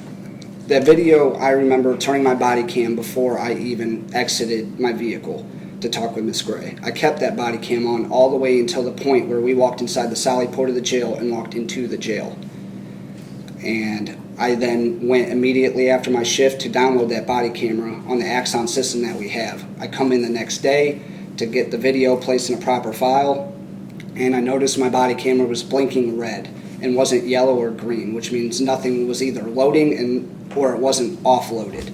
So I knew there was a corrupt file from my experience with it. I then plugged it into offline mode to see which file was corrupt, to delete that off of there, to allow the other videos to download.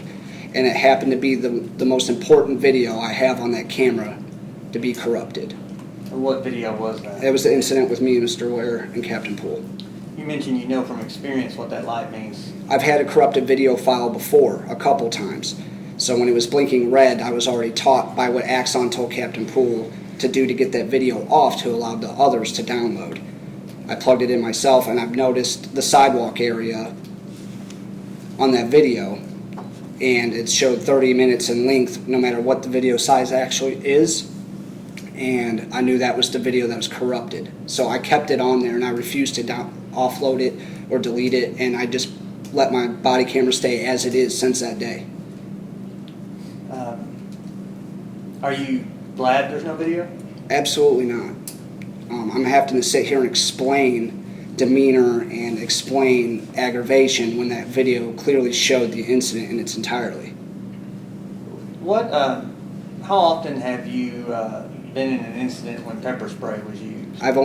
In my 4 years of being a police officer, I've only used OC one time. OC, is that just another phrase? That's just pepper spray, OC, You said how many times? one time in 4 years. No further questions this time, Your Honor. Judge, may we approach? Yes.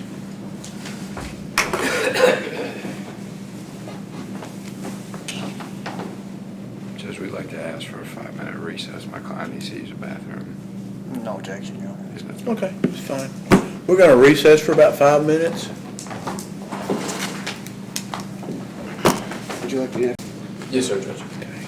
I may please the court opposing counsel. All right. Good morning, Officer Bud. How are you? Doing all right? Okay, so when you got the call to the scene, Yes, sir. that was because of a potential domestic issue? I wasn't advised of details. My captain just told me he got word from the county attorney something might be happening on OK Clifton. We gotta go check it out. Okay, so essentially, it's just a call. You're going? Yes, sir. Okay. When you get there, and you arrive on scene, what do you do? When I arrive on scene, Yes. I notice Brittany standing on the sidewalk a little further from the residence and Ware's vehicle down parked at the end. Okay. Captain Poole drives past me and goes straight to Ware's vehicle, So you guys arrived in separate vehicles? separate vehicles. Okay. And when I pull up on the sidewalk where she's standing, and we walk down towards the residence where Mr. Ware is. I could hear him yelling and screaming on the phone. Sure. So you get out of your car? Yes, sir. Okay. And do you initially talk to Miss Gray? Yeah. Okay. Yes, sir. And is she injured? From what I could see, no. Okay.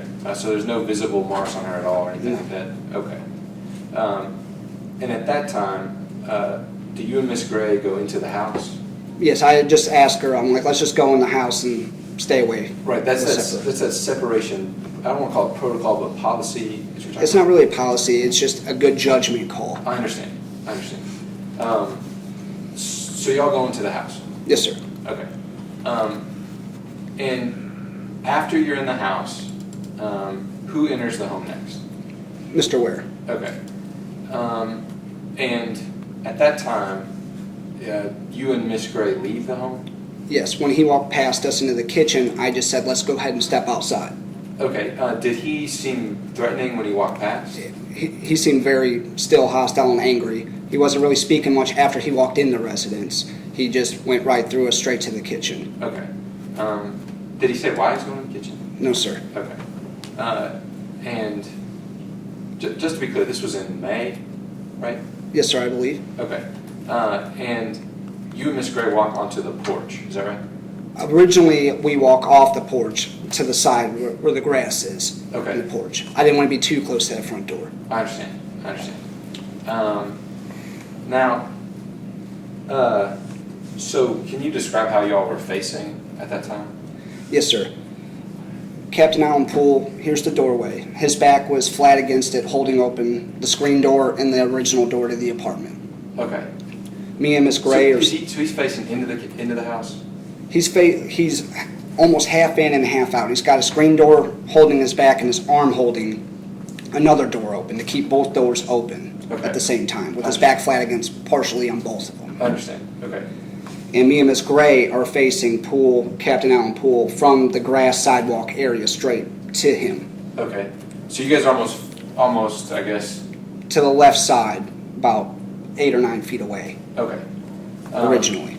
But suffice it to say, your testimony is that you and Miss Gray are facing Captain Poole. Yes, I had her stand next to me. Okay. And at that time, you said there was a chest bump? That is when Mr. Ware was walking back out of the residence. Mm-hmm. It was the shoulder chest area, and it was like a rubbing manner, excuse me, on the way out the door. And it sounded like a sarcastic. Right. Because both of them, facing the same parallel to each other, could have... Sure, so wouldn't even have touched. Right, you're rubbing your left shoulder, right?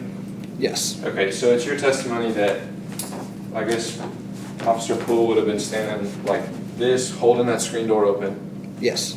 And that Ware, my client, walks through and turns with his left shoulder to bump him? May I demonstrate? Go ahead. issue? Captain Allen Pool, this is the doorway. He's got a screen door here, and he's got an arm here holding open the original doorway. Okay. This is the exit. It was this man, excuse me, and instead of just coming at a parallel direction and stepping out. Okay. Just a second.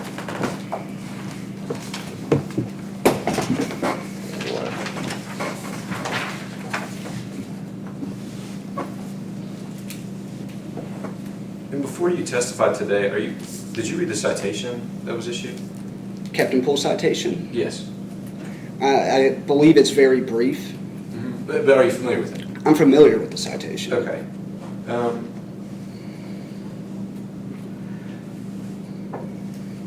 And is that a true and accurate copy of that citation? Yes, sir, it is. Okay. I'd like to introduce this as a Defense Exhibit A1. For purposes of identification? Yes. You're entering the citation? Just as for identification at this time. Okay. And from your recollection, you said you are familiar with this document? Yes, sir, I read it the day that he typed it because I had to take it to the jail. I understand.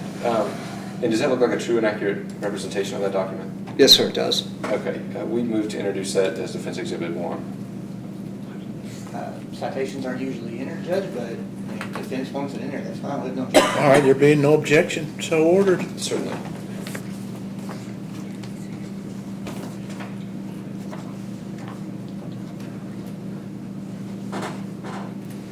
If you wouldn't mind, could you read the third sentence in its entirety?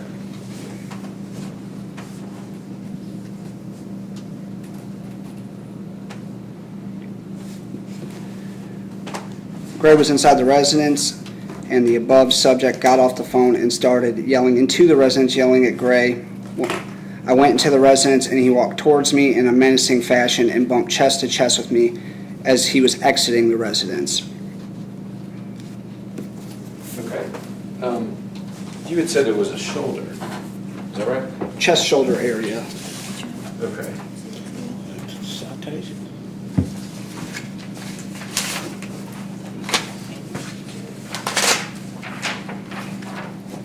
We could ask if that be entered. Okay, here, just use this.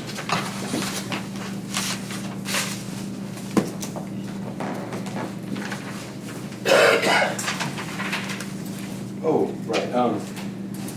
Did you accompany Mr. Ware to the hospital? Yes, sir, I did. And why was that? Well, he was placed under arrest at that time, and he had to go to the emergency room. After we placed him in the squad car, he said that his shoulder was really hurting. By this time, my chief showed up on scene and said, go ahead and cuff him in the front and notify EMS. Okay. And So just to be clear, he didn't go to the emergency room for the pepper spray?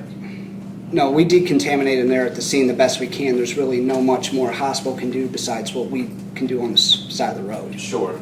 But you did accompany him to the hospital? Yes, sir, I did. And what was the nature of his injuries, do you recall? Let me, I need to understand. You called EMS. Yes, And sir. EMS transported him, and No, you we- followed? We transported him to EMS. Or we transported him to Jackson Purchase to the ER. All right, so when you said EMS, you were talking about Jackson Purchase. Just station one that was in Fulton to have him looked at, and they said he needs to go to the hospital.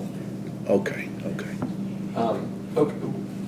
What was the, I guess, reason that EMS indicated that? They said they looked at his shoulder and the injuries he was talking about on his shoulder and how it hurt, and they looked at it and said, I think you need to take him to the hospital. Okay. And they put some kind of sling, something that they were able to do to relieve pressure. I'm not a medical doctor or an EMT. I understand.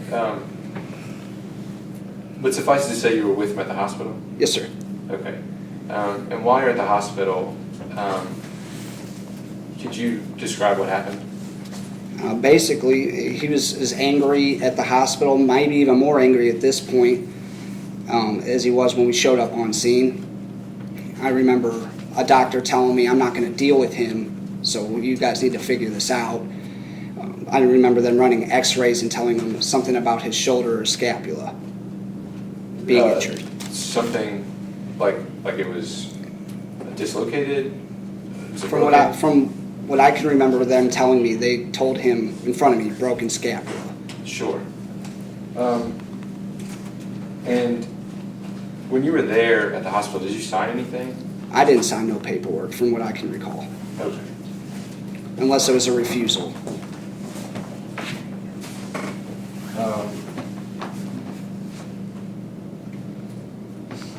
I'm showing you a document.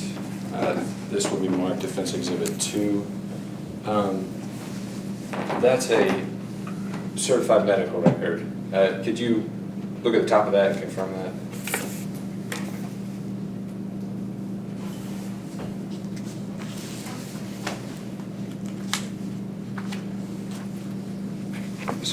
Excellent. We'd ask that this be moved into evidence for identification purposes. Okay. Excellent. And was your testimony just a moment ago that you didn't sign anything? Unless it was a refusal. Sure. Could you read the top part of this document? Emergency Department consent for treatment. Excellent. And here at the signature line, do you recognize that signature? Yes, sir. That's my signature. Okay. Judge, we'd ask that this be moved into evidence as Defense Exhibit 1. No. That one sheet? 2. We'd ask the whole record be, it's a part of the certified medical record. It's two. There's no objection, so ordered. Thank you. Will you approach briefly? There's one other thing I'd like to add.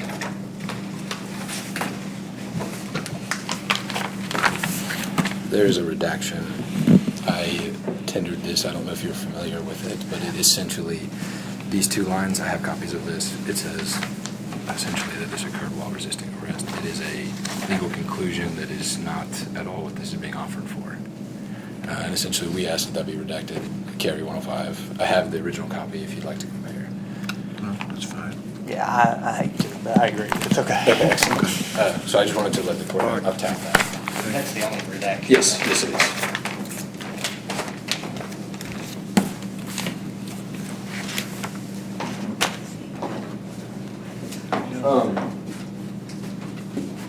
I'll grab my other copy of that just a second.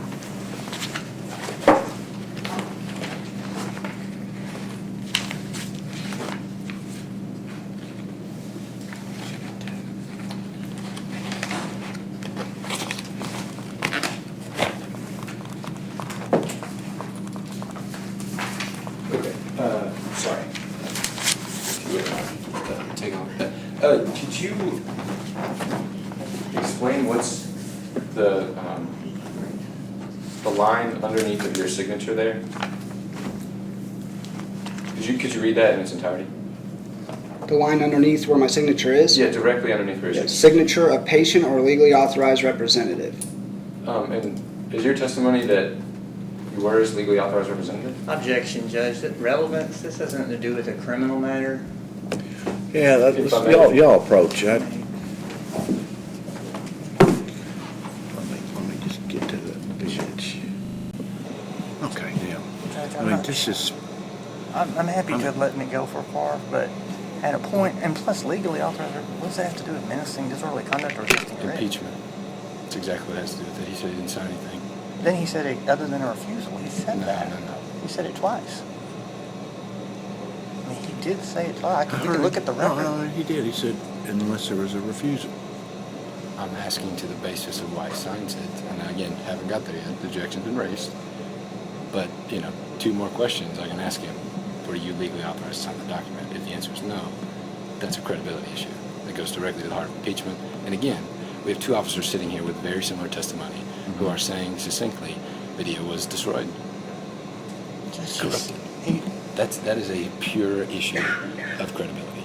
Judge, this has nothing to do with the criminal case of this. He said that the witness testified twice, other than maybe a refusal. I think were his direct words. He said that twice. Mm-hmm. So he has said that he signed it.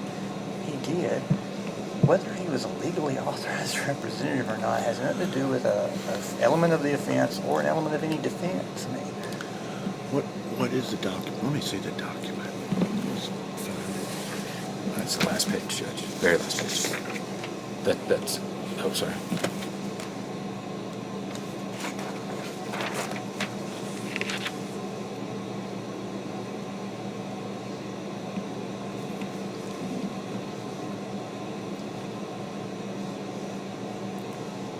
Judge, if I may, there are at least 8 other instances of patient refusals that are filled out by the nurses, not signed by Officer Buck.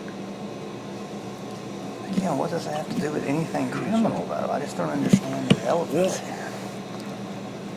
I suppose. In a different form, perhaps.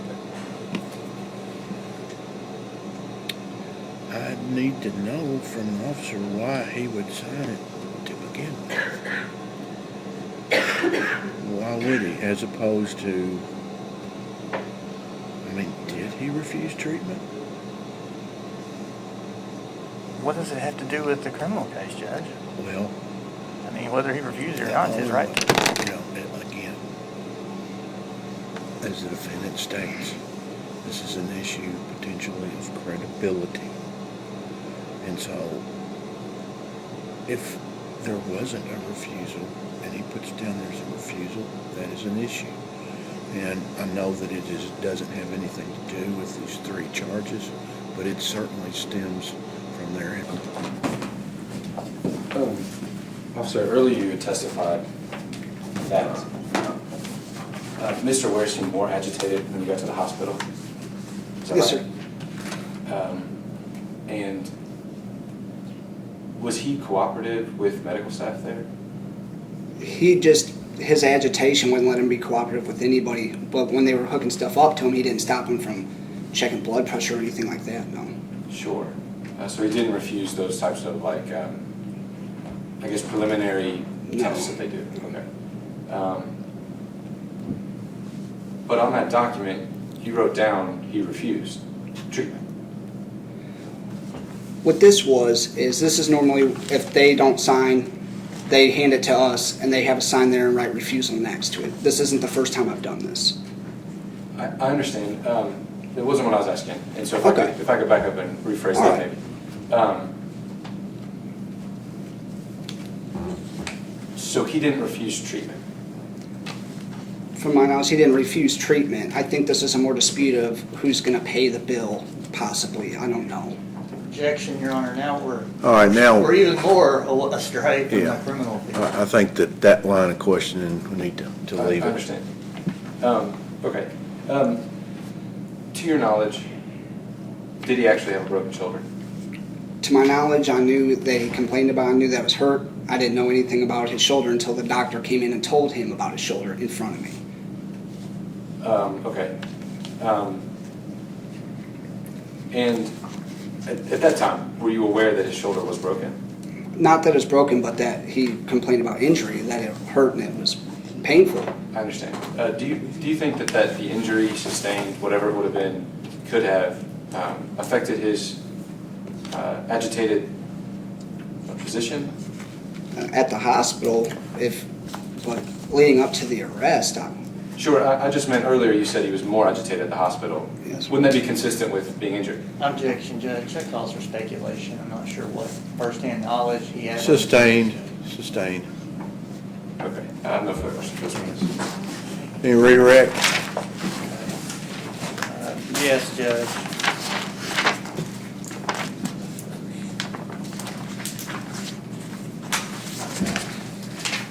May I approach the witness, Judge? Sergeant Moe, yes, sir. can you describe how the defendant was at the residence briefly again? Loud, angry, agitated. I'm going to show you the defense exhibit that was just entered the hospital records, and would ask that you read the blue highlighted portion there. Judge, I haven't seen what he's asking me to read. You want to show him? Yeah, I'd like to see it first, if I could.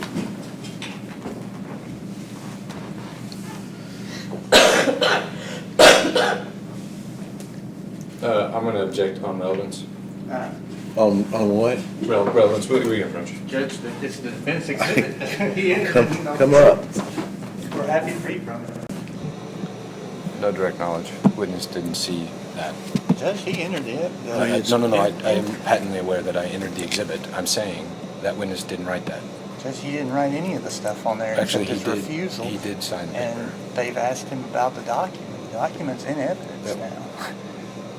There First- was first no off- objection, first there off- was no redaction of that. That the defense had their opportunity. They've asked for this to be entered, so now we get to use it. I'd like to be heard. Judge, beyond the scope of direct. I know that he's trying to redirect based on the cross, but I think he's limited to what we talked about on cross in that regard. So that is to say, this is a corollary matter that does not prove or disprove any matter asserted and is irrelevant. Judge, this document was used. I mean, It's been entered it into was evidence. all about, One page. it was about one, but it's all in. It's because of the certification. That's the only reason I wanted to It introduce is it. all in, no objection from the Commonwealth. And the questions on cross related to, was there a refusal? And that was directly asked to him, and so up here, in the evidence that the defendant introduces, I mean, yeah, it's rank hearsay. It is, but it's here. Sure, they've got to produce the exception. I'm just saying hearsay. Judge, it was entered into evidence Yeah, that's already. They have to produce the exception, not me. That's how hearsay works. Objecting, hearsay, they have to produce the exception. Judge, He can't find it. it's a present sense impression, and I mean, It's all, whose is this? mine. Judge. It's all in evidence. It It's is. all in evidence. Okay. It's all there. They're not asked for an opportunity to recross after he's done. Certainly so. Go ahead.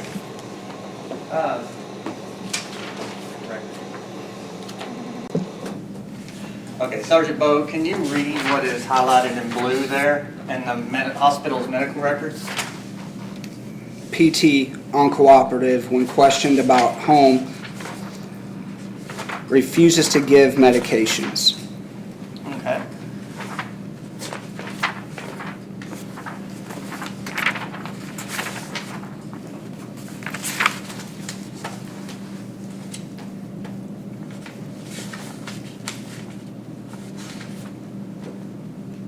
Okay, I mean, isn't that, okay, different part. And now can you read the blue only highlighted section there? PT is yelling in the room, very uncooperative.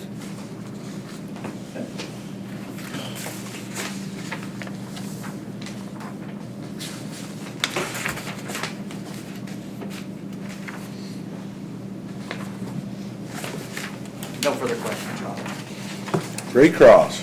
Just a second, Judge, please.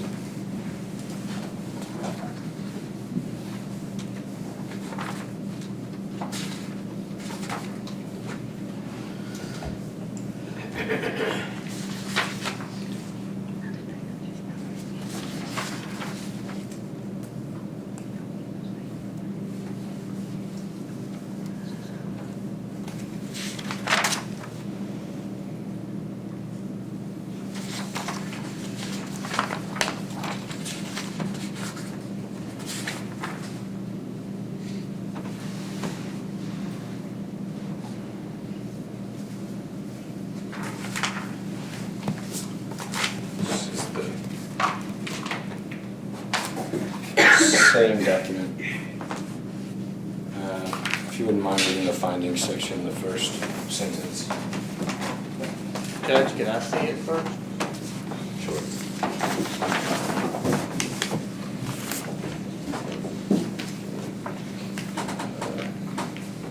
That right there.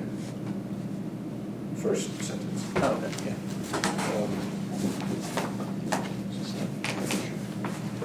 First sentence, sir. Yeah, the first sentence of the findings.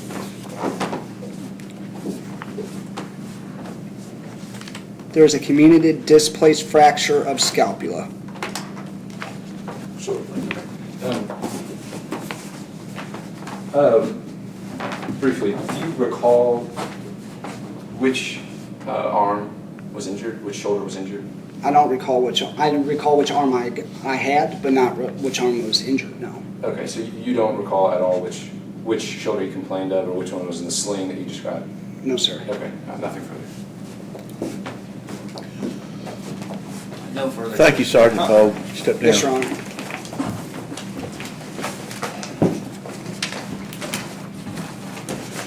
Judge, that concludes our witnesses for the time. If we could, Judge, approach. Yes. I think what I'd like to do, I'd like to go back to chambers, because we've got three separate matters. So I know we want to get through all three of them, and I think it'd be easier back there. Can we get the jury a recess, Judge? Yeah. We're gonna go back here just briefly, so we're gonna do about another, I don't know, probably no more than 10 minutes.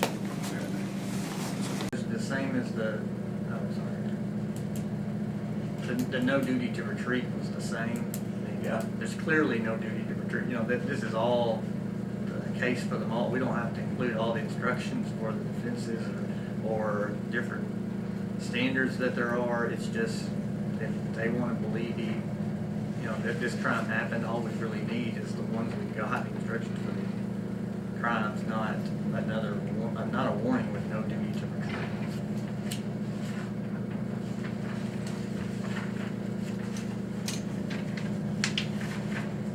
Now, there's missing evidence.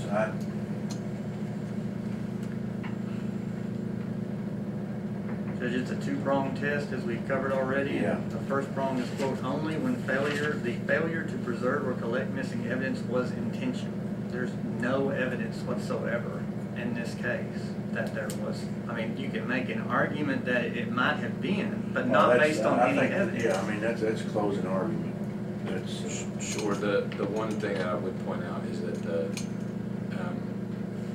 the fallback that the county and Commonwealth used in this to proffer the intentionality of the destruction of evidence issue was the officer's testimony, which was very collaborative, from my recollection, regarding, don't you wish this was in? And it was yes. And think about that, because to the same point, the evidence or the intentionality behind our position would be, we also wish it was in. And that is essentially pushing back on whether or not it was intentional to obstruct the ability for that evidence to be proffered. So, well, but I mean, that's all rhetorical. I mean, we're talking about substantive evidence that they intentionally destroyed it. And there's none of that. I mean, there's none of that. I mean, that would take some other line of evidence. sure, if I may briefly comment on this, at Sure. least in my research and the case law behind it, I can see the court ruling against the missing evidence instruction. However, I would point out a couple of things. At least in my research, generally, if the missing evidence instruction is included, there's a high likelihood of a directed verdict also being issued, because they kind of hit the same thing. So I could understand the court's position denying the evidence instruction. However, and this is interesting, to Mr. Batt's point, the two-prong test, it's a circular reasoning kind of thing too, because it's if a reasonable juror could believe. And so again, we're talking about intent. And granted, it's as if I'm supposed to prove a negative to get that instruction in, which is very difficult to do, less some smoking gun or an admission or a conversation. In which case, it probably never would have gone to trial. Precisely. So it seems like an elusive. It is instruction. elusive. What it has to do with is reasonable doubt, and that's the attorney's.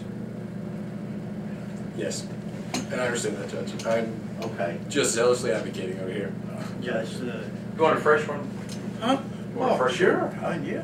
Yes, sir. Thank you. Anybody have coffee? no, sir. But Yes, I will take a coffee. How you like it? Just black.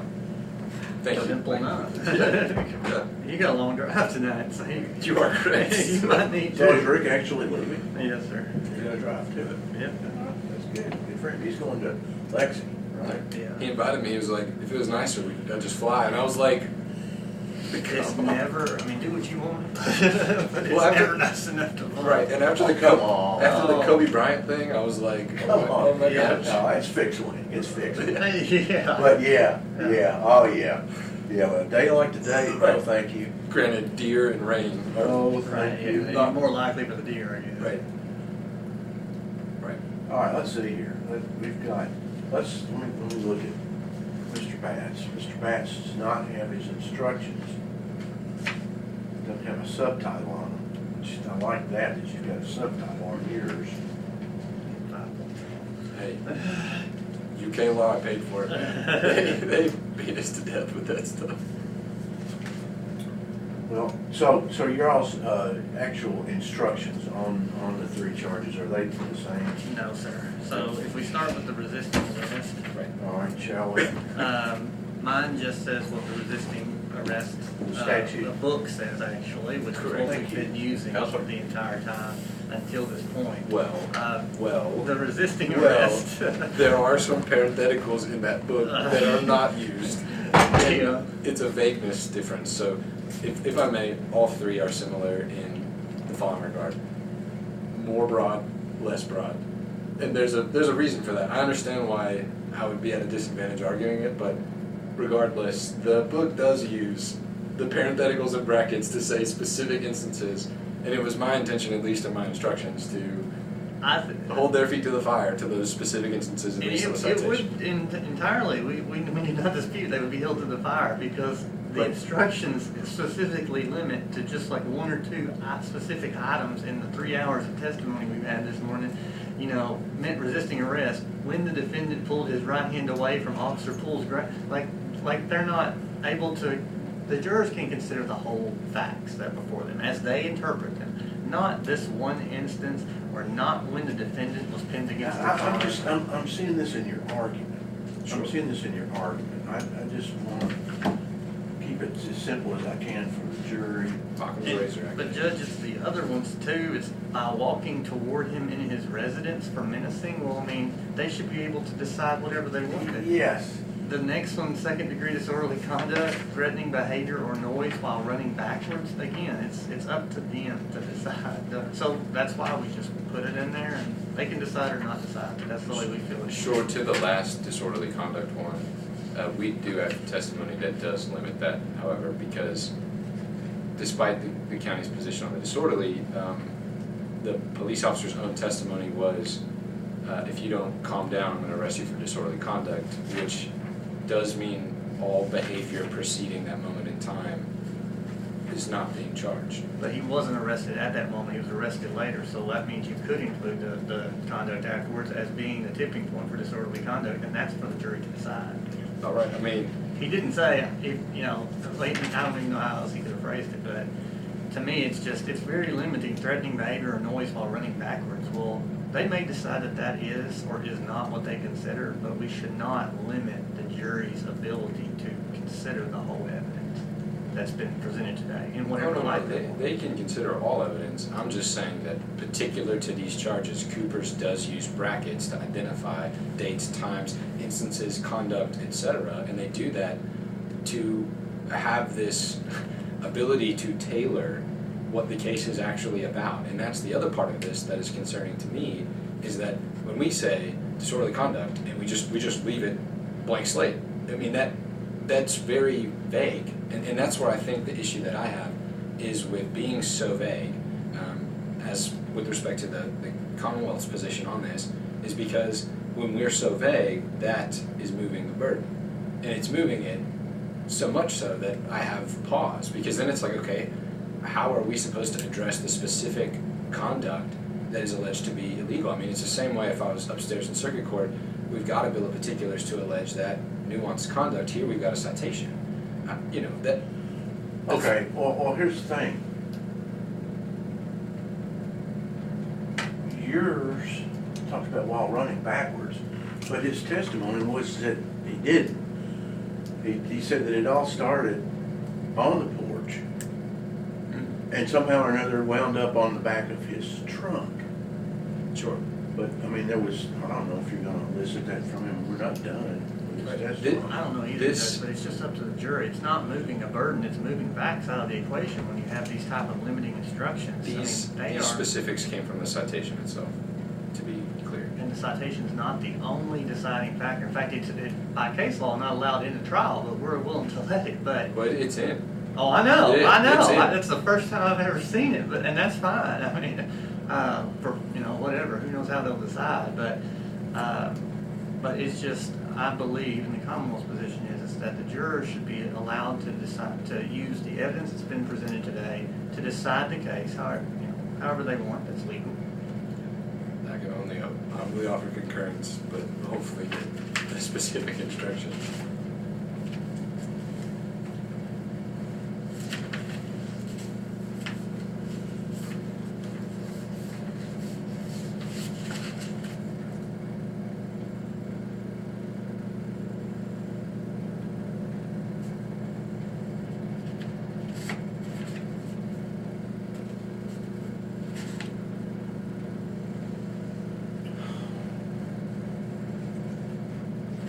Well, that's the only,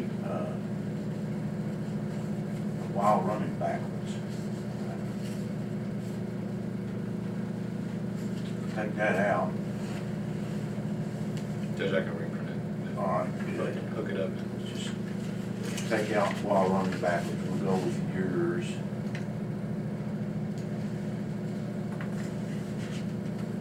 We'll go with Mr. Pat's.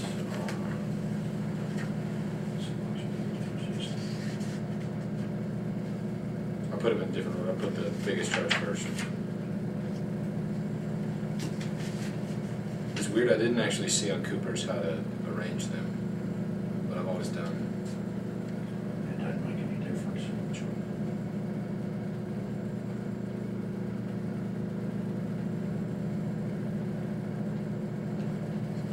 Judge, this disorderly conduct omits the word fighting from the definition, from the KRS. What? Which has been, engages in fighting or in violent tumultuous.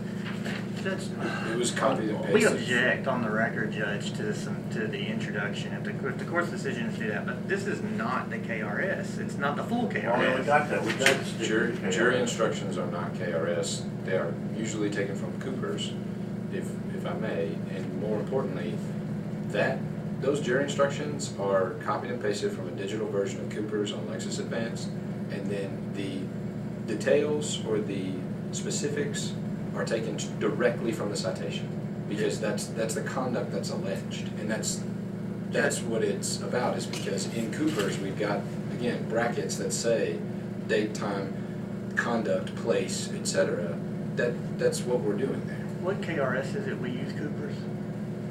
Do it. What KRS is it we're required to use Cooper's? There is no KRS. that Okay, says so we there's use no law Cooper's. saying we have to use Cooper's. It's just Judge. practice. I'm back to the issue at hand here. In The every law jurisdiction. is here that says he's charged with disorderly conduct in the second degree. The disorderly conduct in the second degree occurs when, in a public place, is that even in here? It's actually, It's not even in here either. It's actually a separate element, so that's why you're not What is seeing it, Well, where 508? is that What's the element number? stated the in here? public place. Where's disorderly conduct? What's the number? KRS 525.060. That 604 OK Clifton Circle is a public place. That is a jury fact finding that must be made in order to be guilty of disorderly conduct. Right, but it's just limiting, why even state the address? The law says in a public place with intent to cause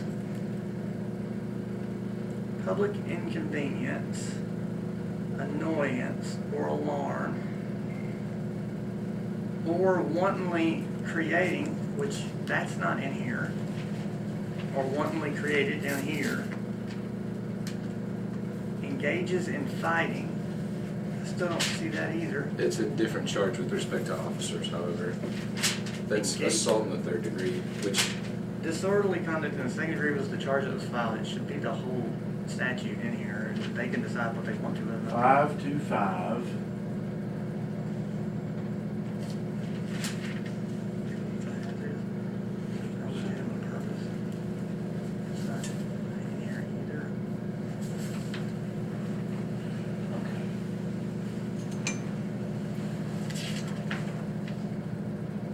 Yeah, I mean, that's a statute. Statute fighting or in.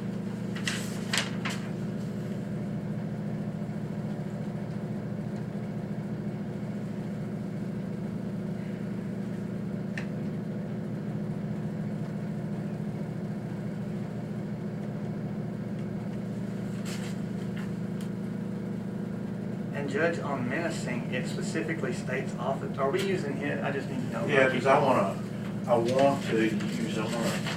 put second degree disorderly conduct on the Okay, instruction. so it states in here, intentionally placed officer Poole in reasonable fear. I mean, the jury, it should be able, that he came towards the You officers. going to menacing now? Yes, sir. There was no testimony regarding Bo being placed in imminent fear. I'm sorry, but that was all Poole. He was stating that he was struggling while they were trying to arrest him and while they were pulling him back to the car. The jury's free to imply into that whatever they want to. This is it's their case. I'm worried we're severely limiting it by placing, I mean, who in here that he too, I mean, you put the defendant so that we're clear on who it is. And Officer Poole, I mean, if they want to decide that based on the evidence that it's the other officer too, or just one, the evidence, they're free to use that. Reasonable fear of imminent physical injury by walking toward him in his residence. Which is exactly the phrase that Poole uses in the citation, walks towards me in a menacing fashion. Right, and they've got the citation, they can look at that, they can decide whether or not you've got the The citation only in. testimony regarding menacing. And was the also, one. their testimony was when he wasn't in the residence when they were talking about menacing, and they were coming at him outside with his hands open was when he was menacing. So, it wasn't in the residence either. But it's up to the jury to decide that.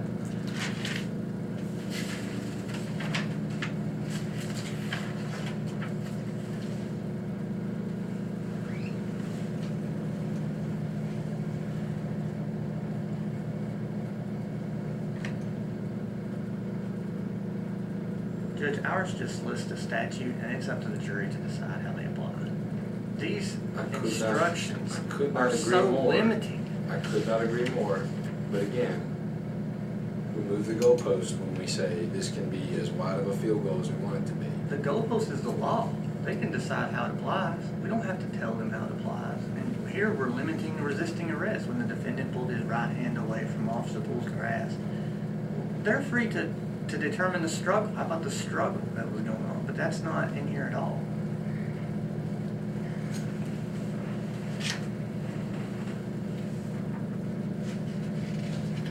Now,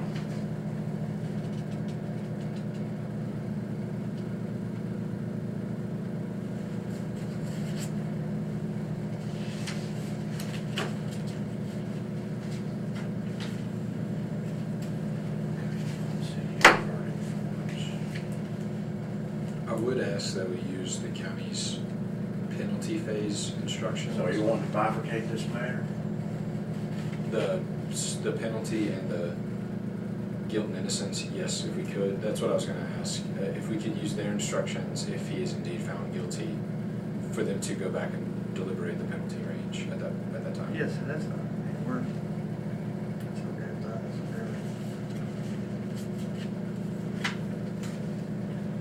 All right, so The change. basically on the menacing, replacing Officer Poole with another person is part of the statute.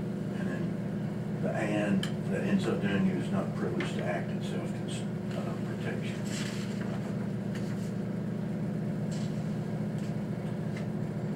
But Judge, we're taking out, you're on menacing, right? Well, I left this, I was going back to resisting arrest. And you're taking out the by walking toward him in his residence, aren't you? That, I mean, That's by doing all this, argument. All we're doing, I want to stick to the statute insofar as possible. And if you all want to delineate before the jury in your argument, go right ahead.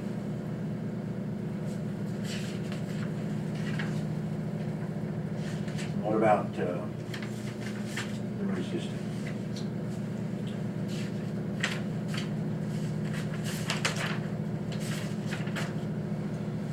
Judge, the issue with the resisting, we began, got just Officer Poole. All right, let's look at yours.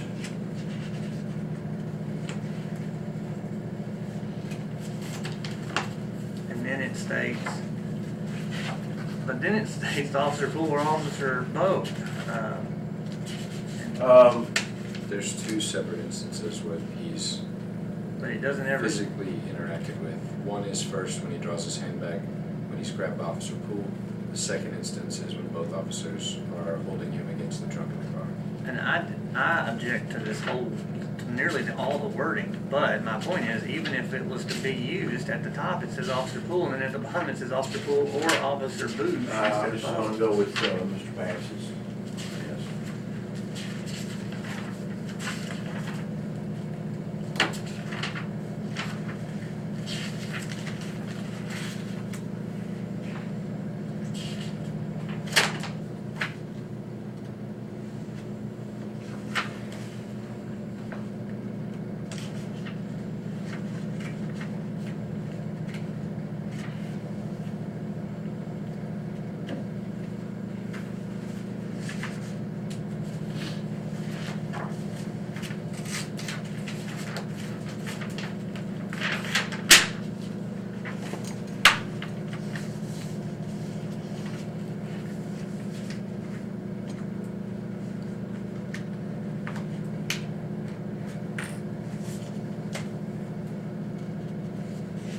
How long have you been in Paducah now? I've been there for my 7th month. Just a little while. They don't send me out this way very often. No, they That's, don't. I'm sure helpful because it's a long drive to Akron, or anywhere. I like the courthouses though here. Clifton's ridiculously nice. Clinton? Clinton, Oh, sorry, yeah. yeah, Clinton, sorry. Yeah. Clinton's that's is what- like a Opal Palace. I'm like, what is going on over here? But have you been to Carlisle's? No, maybe. Yeah, there's a palace. Yeah, you know that. It's immaculate. Yeah. Kraken is just Busy, I'm sure. big box, a lot of people.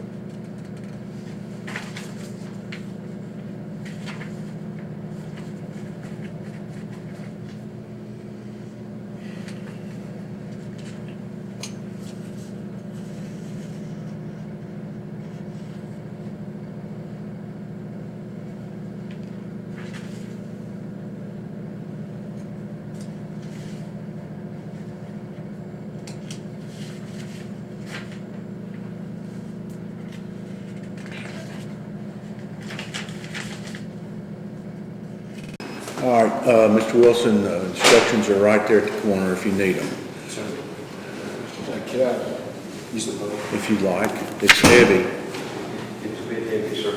That's fine. I'll be okay. That's a good one. Yeah, not quite as mobile as you. Right. I don't think it's on wheels. Is it good? May it please the court and opposing counsel. Ladies and gentlemen of the jury, earlier today, the prosecution said, fight or flight. Those two mechanics we all have in any situation that's adversarial. You stand and fight, you run. And on my opening, I told you there would be very different versions of events presented to you today.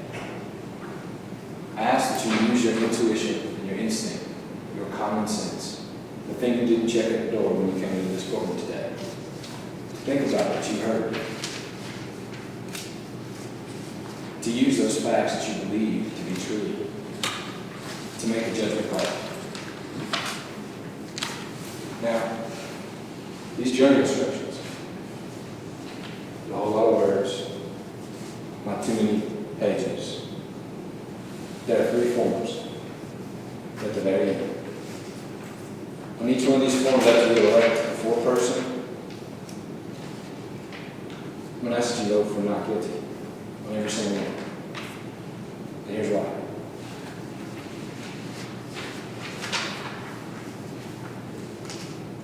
Adding fuel to the fire doesn't make a crime. You heard Rick Majors testify of all of those situations that sounded like on the phone to him. But one that did not have any lines. No threat. No real manifest issue, just speculation and conjecture. Granted, he does text Officer Poole and say, hey, I think something's going on. Officer Poole, Captain Poole goes and responds and shows up. Officer Bogue's already there. Now, that protocol in their minds of domestic violence dispute, that's a trained response to those circumstances that are volatile. But none of that was what was actually going on that day. What you've got is a jealous lover and an estranged paramour in the thralls of separation. You've got cohabitating persons who are breaking up.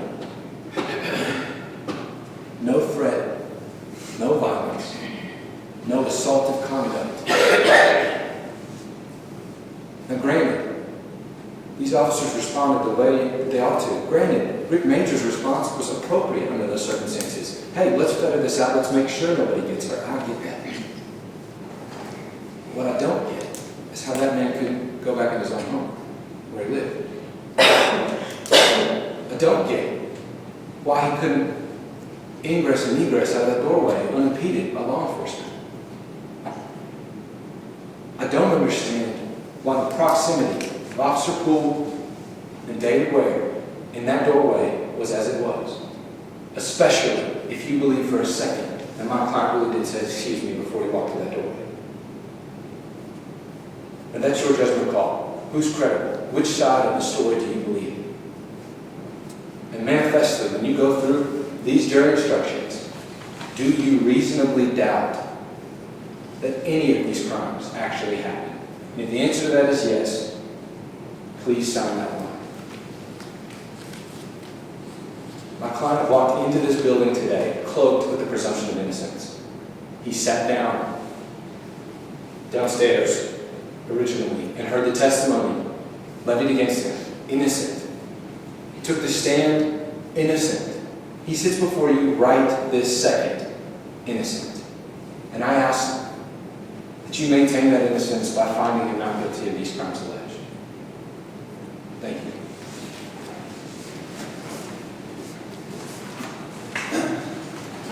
County, we're fighting. That's what Sergeant Bowe's testimony was whenever he frantically sent out a call for help. Captain Poole described it as actively fighting. Captain Poole stated on his testimony that in 19 years approximately of being a law enforcement officer, less than 10 times he's had to use pepper spray. Sergeant Bowe testified that in approximately 4 years of being an officer, he's only had to use it once. The county attorney stated, Rick Major, that based on the call, the situation seemed like the defendant was mad, the situation was escalating. The defendant responds to one of his questions said, quote, I'm not real clear because it was a long time ago. His home? His home on the hospital records, different address than Miss Gray's. The hospital? Defense's exhibit shows that the hospital staff wrote PT, patient, I presume, uncooperative when questioned about home. Refuses to give medications. Patient is yelling in room. Patient is very uncooperative.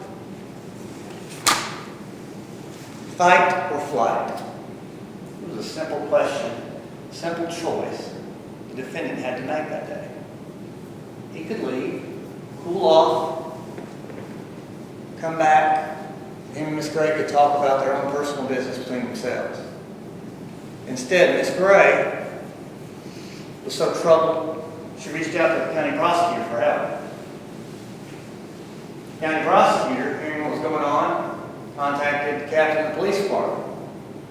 The captain of the police department, going to a call such as that, decides to take his sergeant with him. They didn't arrest the defendant right upon arrival. They didn't tell him he was under arrest or that he was going to jail. They simply warned him. Tried to keep the two parties separate. And constantly, the defendant was unable to do that. he was unable just to walk away. And instead you heard testimony about how he bumped the officer. Gave a sarcastic response.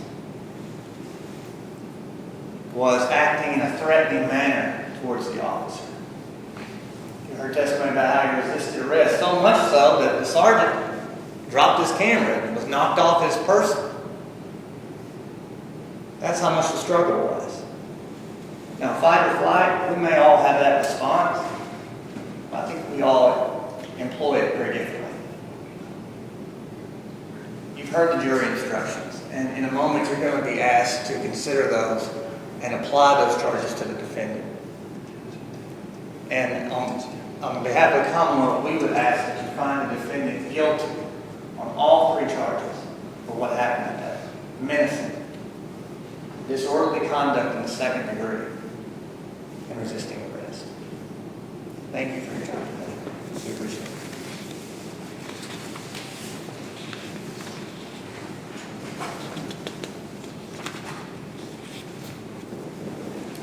You swear to keep or affirm to keep the jury together, to allow no person to speak to or communicate with the jurors on any subject connected with this trial, and not to do so yourself, so help you God. All right. Bailiff, if you would take the instructions, the evidence, and guide the jury room back so it may begin its deliberations.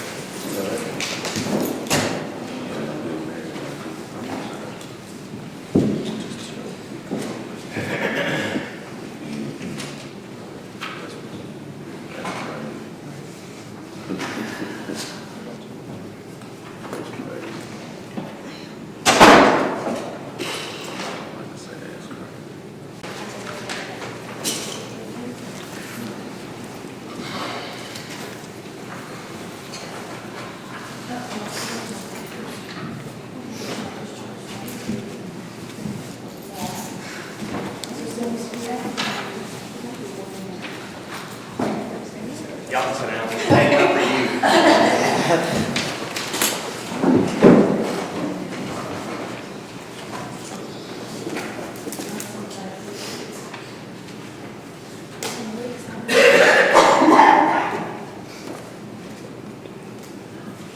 All right.